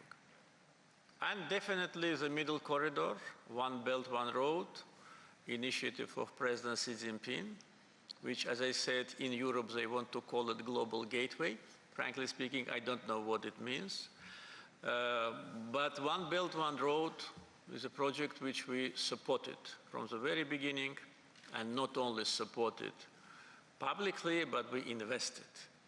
We built the biggest on the Caspian shore seaport. We are now manufacturing 6 vessels on our shipyard. Our shipyard is now fully packed with orders. We upgraded our railroad and even invested additional funds on the increasing capacity of Baku-Tbilisi-Kars Railroad on Georgian territory. So now its capacity is 5 million tons. We think that part of the cargoes from China will go also through Zangezur, through Zangilan Road, and by the way, coming to the previous question, one of the issues which we are discussing with the Iranian side is to build a bypass, bypassing Armenia, and to connect Nakhchivan with mainland Azerbaijan through Iranian territory. The highway bypass is being done. We are building the bridge. And the railroad bypass is something which Iran and Azerbaijan must agree, because Armenia blocking us from access to Nakhchivan, we cannot sit and wait, so we agreed that we will build a bypass and Armenia will continue to be a deadlock in the region. So Middle Corridor will be one of the most important factors of our bilateral agenda from practical point of view. And of course, Azerbaijan also is an active country of Global South, and China plays a very important role in Global South, and also is member of non-aligned movement, where we chaired for 4 years. So it is a very diversified relationship, very strong, and with a great potential for the future. Mr. President, we are almost 2 hours, and considering your busy schedule, and we have also quite substantial number of the questions. With your permission, at this stage, we still have around 8 or 9 questions, but with your permission, I can somehow combine the questions together. If audience is not tired, we can continue. Then our next question to Jordi Hukla, Spain. Thank you very much. Thank you, Mr. President, for this opportunity. One short comment and one question. Now I act as a professor of international relations, but in one of my previous capacity as a member of the Spanish Parliament and as a member of the Parliamentary Assembly of the Council of Europe, I spent years trying to fix a solution for Karabakh according with international law. One conclusion on this is the absolutely fail of international organizations to achieve to help in the solutions on it. So congratulations for the bilateral compromises without international organizations' noisings. And the question, Mr. President, a new world order is starting, but some political patterns remains as good tools for international relations. One of these is the strategic thinking in this mentality of the non-aligned organizations that you share from 2014 to 2025, which is the role of Azerbaijan as a middle power in a new world order in the light of the experience of the non-aligned chairmanship. Thank you very much. Yes, we treated our chairmanship with great responsibility. We're a relatively new member of non-aligned movement. When we've been selected as a chair country, it was less than 10 years only of our membership. So that means that our strategic decision to join this institution was absolutely timely and was absolutely correct. And during these years, as I said, we worked a lot in order to try to transform this into organization. We understand that it's a long process, but certain institutional platforms have been created. We already talked about that. And also for us, it was an opportunity to demonstrate ourselves.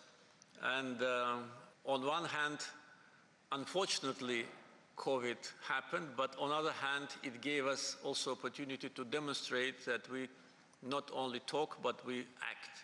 And we acted in a very responsible way, helping countries who suffered a lot.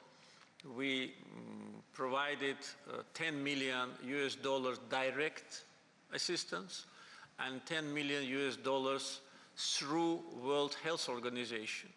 And by the way, the database for COVID, which was elaborated by us during that time, was taken as a platform for World Health Organization. So it was a very diversified support and solidarity process. Another legacy of Azerbaijan's chairmanship is that we initiated, and it was supported, to create Troika, so that to keep the synergy. So though we are no longer in the position of chair, but we are in Troika, so we have certain instruments in moving organization forward, and we'll continue to work on that. You mentioned Council of Europe and actually an ability of international organizations to facilitate resolution of the conflict with Armenia. Yes, I remember the time when we joined this institution. At that time, I was member of parliament, and we had great expectations that joining Council of Europe will help us to bring this issue to international agenda, to have support of European structure, because it was obvious that who was a victim and who was the aggressor. But unfortunately, it didn't happen. And after we joined the Council of Europe in 2001, and by the way, I was the first head of Azerbaijan's delegation there, we started to see that, unfortunately, our just position is not supported. We've seen a lot of pro-Armenian lobbyists there, and I remember even those whom we called among ourselves haters of Azerbaijan, and still there are a lot of them even now. So our expectations did not come true. We could not even seriously engage Parliamentary Assembly into addressing this issue. The maximum what we achieved, it was, I think, if I'm not mistaken, in 2005, was a resolution which was reflecting the conflict and occupation because of two facts. First, Parliamentary Assembly was mainly anti-Azerbaijani, and second, OSCE Minsk Group, they blocked every organization from addressing this issue. And I know that the co-chairs of OSCE Minsk Group even visited Strasbourg in order to deliver consolidated message from United States, France, and Russia to Council of Europe, stay away from this process. It is our monopoly, don't interfere. So this is how it was. So our expectations with respect to using this platform to address this issue did not come true. And moreover, Parliamentary Assembly of the Council of Europe decided to punish Azerbaijan for restoration of our sovereignty. September 2023, the separatists was totally eradicated in Karabakh. January 2024, they decided to deprive our delegation from the voting right, just because of that. Yes, they want to pack it into a kind of a human rights issue, but it's not true. We are, as I said, since 2001 in this institution, and never Azerbaijan delegation credentials were doubted. So it was exactly because we restored our sovereignty and territorial integrity. Several months after, they decided to deprive us from the voting right, and we decided that in these circumstances we will just come home. And since that time, we are not participating in their sessions. And by the way, taking into account that we did not participate in the election of the judges of European Court of Human Rights, all the decisions of European Court for us is invalid. And this is a position which we elaborated, and I just take this opportunity to announce it, that none of the decisions of European Court is valid for us because we've been deprived from voting right. We did not vote for these judges. We don't know who these judges are. So I think the Council of Europe shoot in their own foot. They wanted to discriminate Azerbaijan, to isolate us, but actually they isolated themselves from the Caucasus.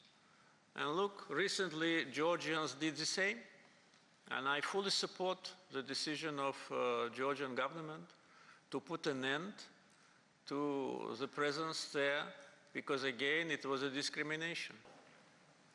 Unfortunately, this colonial thinking in some European politicians, especially those who did not manage to be elected in European Parliament and found their place in the Council of Europe Parliamentary Assembly, unfortunately, this is counterproductive. And I said at that time, did anyone in Azerbaijan notice that we are no longer there? No. We can live like that. And by the way, the Secretary General of the Council of Europe, he came to Baku last November to attend COP29 and asked me that we do not pull back completely from the organization. I said, okay, if you ask, we will stay. But whether we stay or we leave, nothing changes here. The world has changed since we joined this institution, and Europe has changed dramatically. And our aspirations with respect to European Union changed dramatically. And the topic of your discussion is change. So after President Trump came to power, this change became complete. and to behave as if nothing happened and to continue to think that some resolution in Strasbourg or in Council of Europe or in European Parliament make any difference for us, it's very naive. It's absolutely inadequate to our attitude to these institutions. We, as Azerbaijan, feel ourselves very comfortably in our region. We already discussed this issue, whether it's Southern Caucasus, whether it's a bigger region of Central Asia or Middle East, very comfortably, self-sufficient economy, stable political system, full consolidation of society around the national idea, and of course, the victory in Second Karabakh War consolidated the society even more. And bureaucrats in Brussels and in Strasbourg, they just live in their own planet. They think that everybody is around them is trying to come closer. No, that time has passed, at least for Azerbaijan, many years ago. Partnership, yes. Friendship, also yes, if you do not interfere into my affairs and if you don't want to impose your so-called values on our society, yes, but nothing more.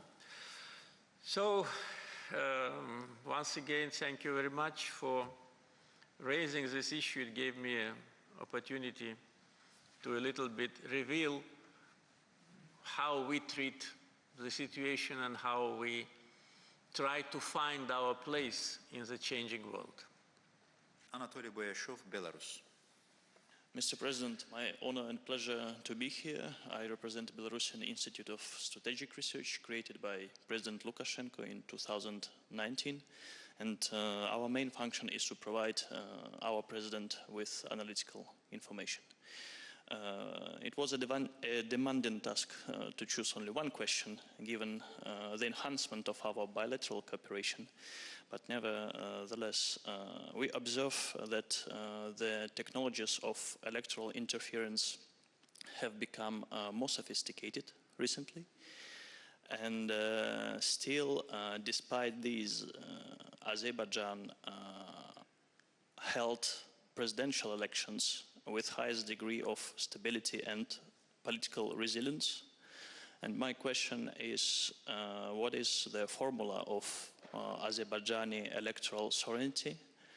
And if I may, do you observe the change in technologies of electoral interference? Thanks. Well, interference into our elections in previous years was not through the technological, or to say, process, but through different very simple instruments. First, the money, which was channeled by so-called Western NGOs to Azerbaijan. Second, anti-Azerbaijani propaganda in the Western media, those whom President Trump calls fake news, like Washington Post, New York Times, and of course, French pro-governmental media, also fake news like Figaro, Le Monde. So creation a kind of atmosphere that Azerbaijan is a dictatorship, Azerbaijan has no democratic experience, human rights are brutally violated, opposition is angels, and the government is devil. So it was very simple. At the time when we were a little bit naive and could not even imagine that those who smile into our face want to stab us in our back, we actually did not fully control the financial flows of these funds. And that was the reason why such a notorious institutions like National Democratic Institute, NDI, actually was plotting a coup d'etat here. It was detected, so we chased more than $1 million from their bank account, which was cashed out. And then we found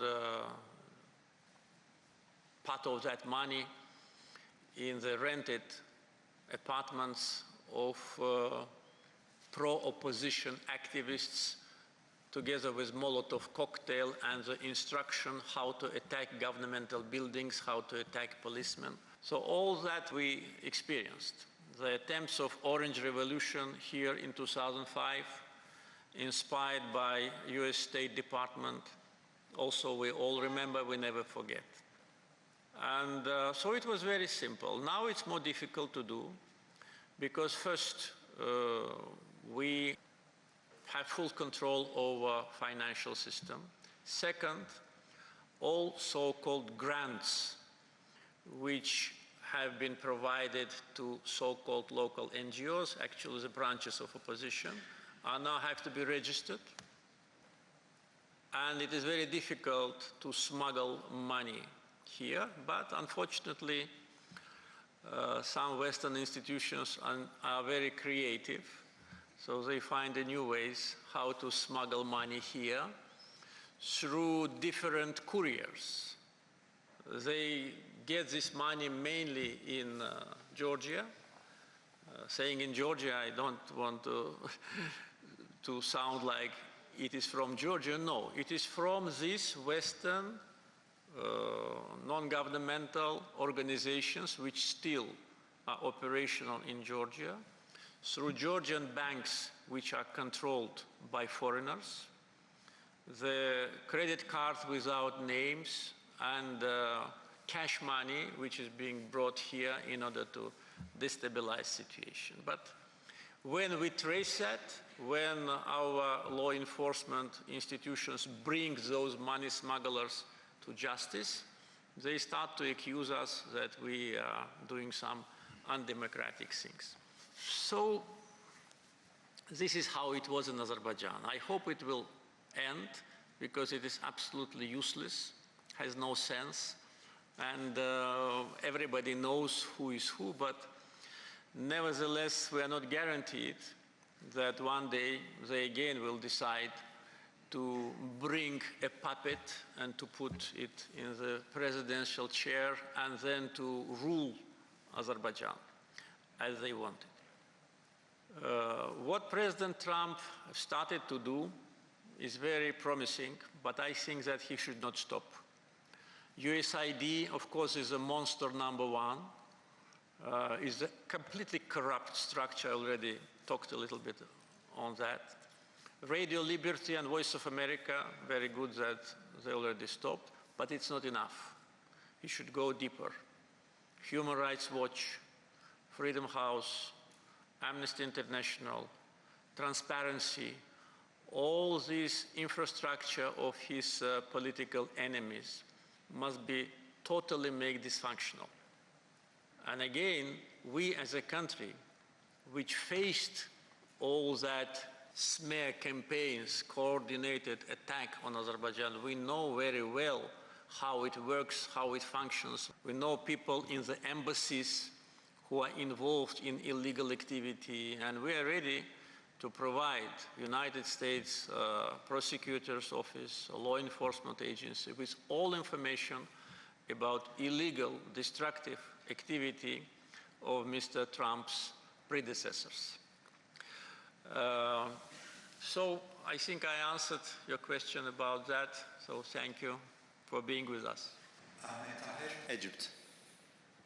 Thank you, Your Excellency.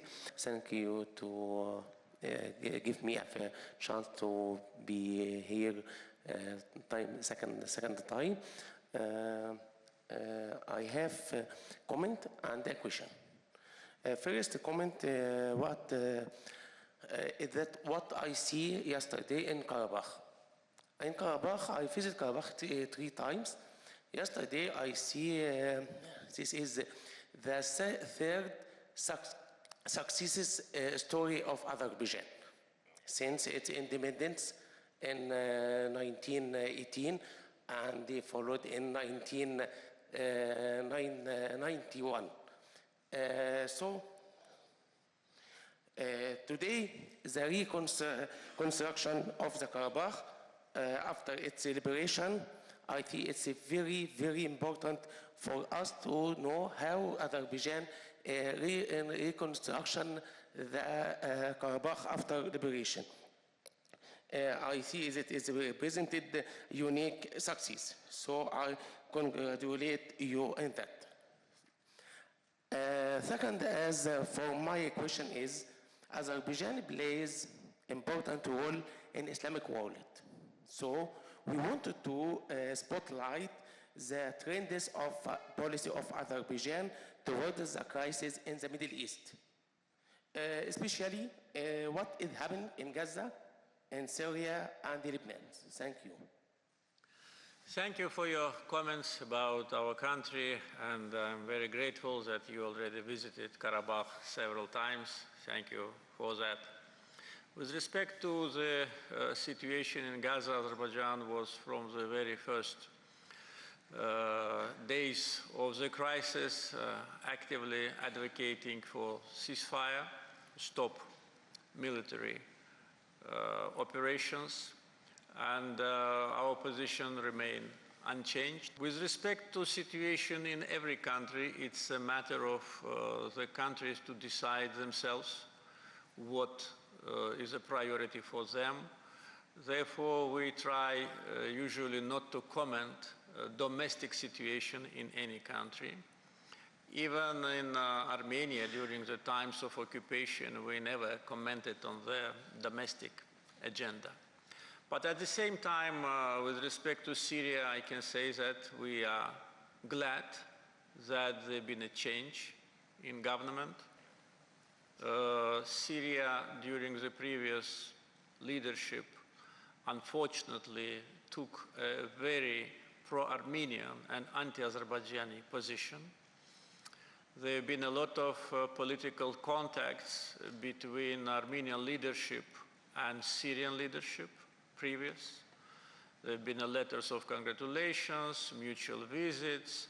Now today's Armenian government thinks that nobody remembers that, but we all remember that, how close they've been to government of President Assad, how they communicated, how they cooperated.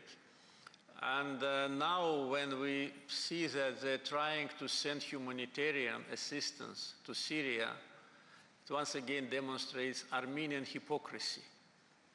And I hope that the new Syrian government will not allow these hypocrites and enemies of the new government to try to find the ground in Syria. So we support the new government of Syria. We exchanged official, letters, and we congratulated that. And of course, we are very glad that now, finally, on this southern border of our brotherly country, Turkey, there will be peace, there will be no threat to Turkey from Syria. This, for us, is a very important development. It's also part of the global changes. And apart from that, we are glad for ourselves, for Syrian people, and for Turkey. In generally, with respect to our role in the Islamic world, it is highly appreciated by Muslim communities. Azerbaijan many times was selected as a host country for different events, and we also will host the summit of Islamic Cooperation Organization. Organization for Culture, Education and Science of Islamic World, ISESCO, have elected Shusha as a capital of Islamic culture. And last May in Shusha, the Secretary General of ISESCO and myself, we inaugurated that. So our role with respect to solidarity between Muslim nations is highly appreciated by religious leaders of the Muslim world and political leaders, including Islamic Cooperation Organization, including Arab League, and our support to our brothers is highly appreciated by that. And the last point on that, I think that countries of the Muslim world, while assessing or elaborating their policy towards situation in any country of the Arab world, first should have some guidance from the Arab League. I think that will be the best way how to address these issues, how to express their attitude to that, because they know better. Arab League unites all Arab countries, and the policy of Arab League on every issue related to situation in Arab countries should be, and at least for us, it's a guidance, and I think for everyone should be like that. Mr. President, we have our last two questions. With your permission, Urs Ankauf, Germany.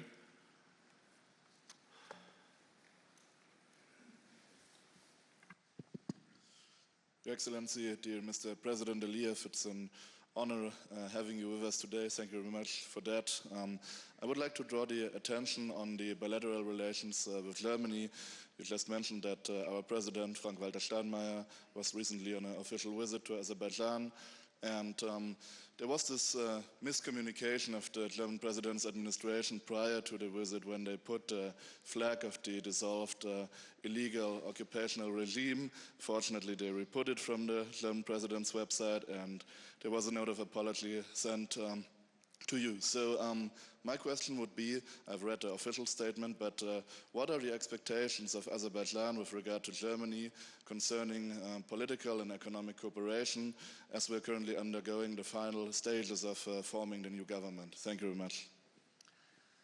Thank you very much. First, on that situation with the flag, of course, we all were very surprised to see that. And frankly speaking, I'm trying to be maximum frank, as always. It was very difficult for us to think that that was a mistake, because Germany is a country with long traditions of statehood, and all the attributes are being carefully taken care of. It was not only the flag, which was a flag of separatists, already dead separatist entity. It was also a comment where we've seen the Nagorno-Karabakh. Well, Nagorno-Karabakh do not exist. It exists, as we say, only in the dreams of Armenian revanchists and those who support them. So putting that wording in that statement, we considered as an insult to Azerbaijan. Another factor which did not allow us to think that it was a mistake, that if you remember the picture of the flag was torn.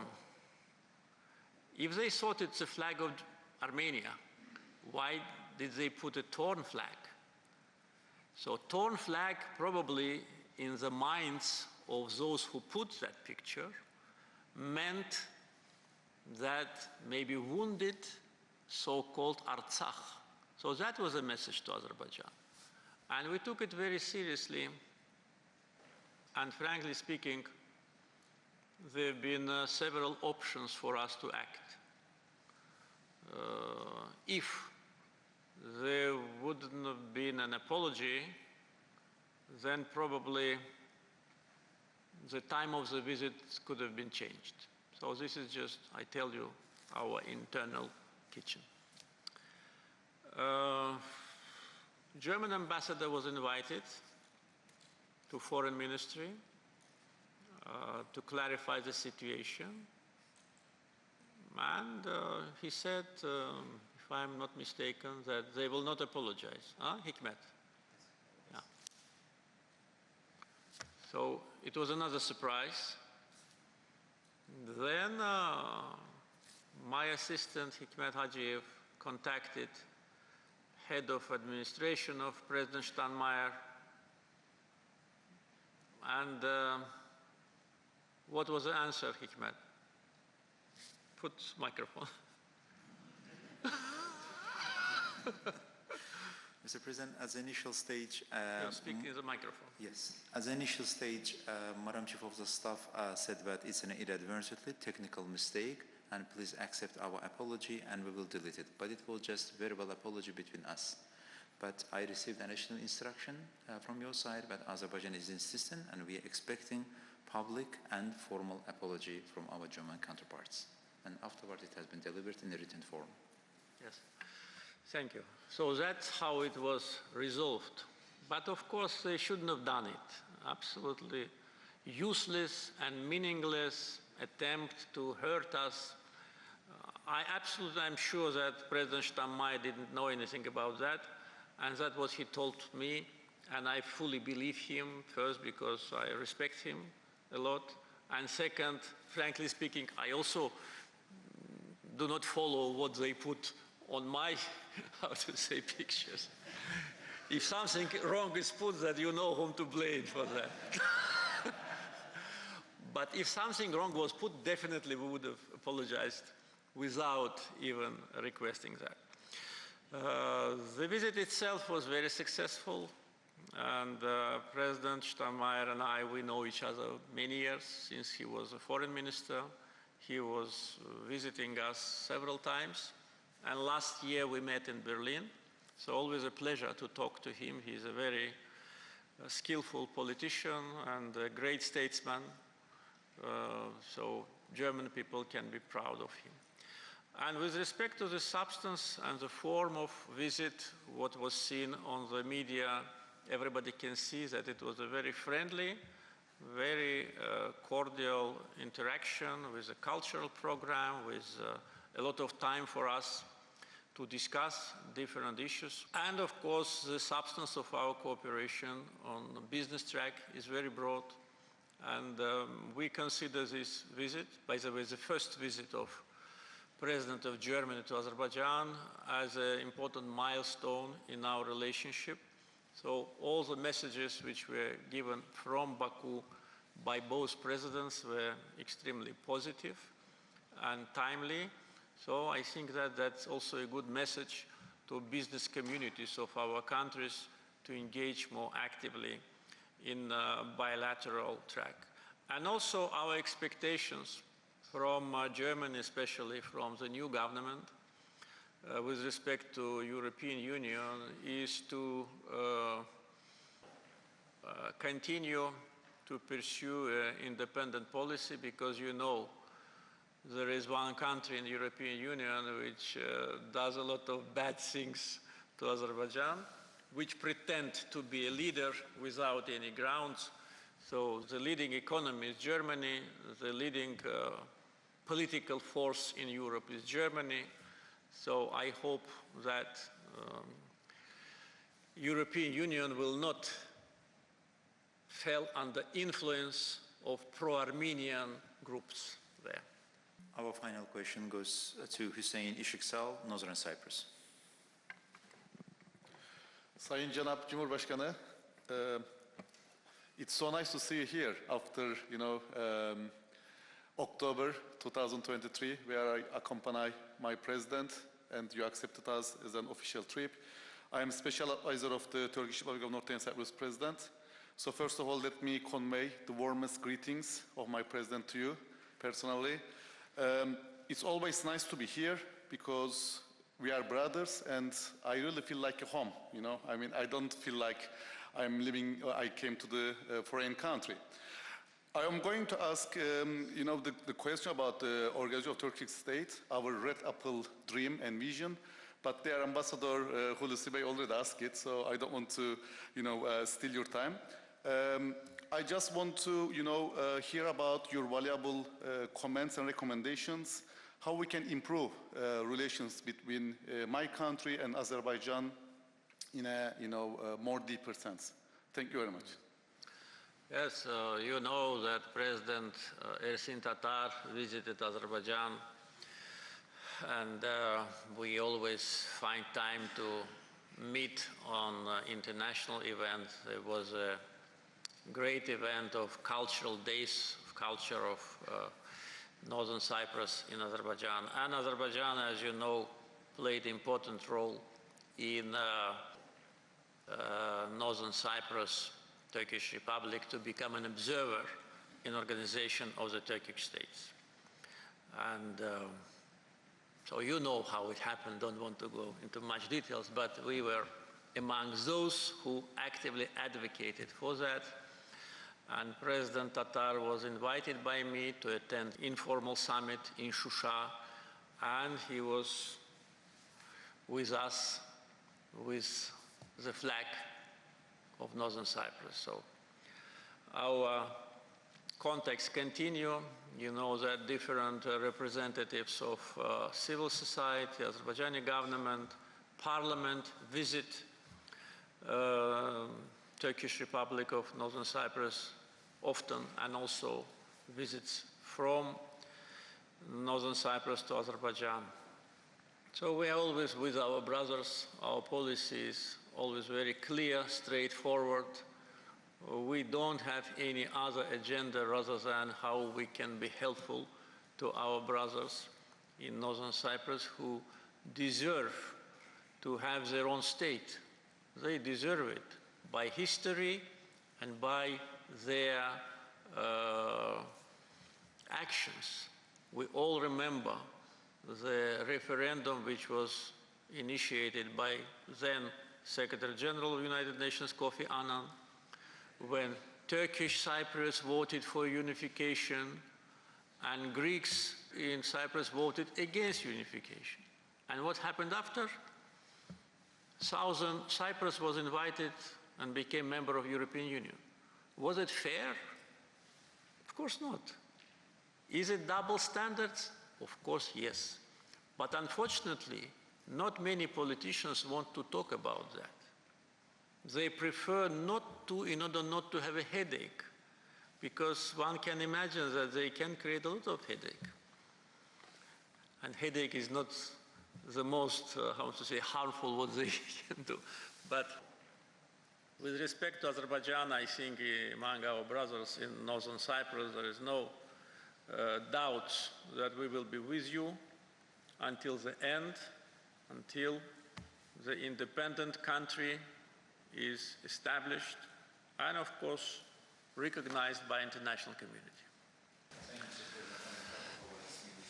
Researchers would like to extend our appreciation and thanks to you. And we almost had a 3-hour-long discussion. Thank you for your time. Thank you very much. Thank you.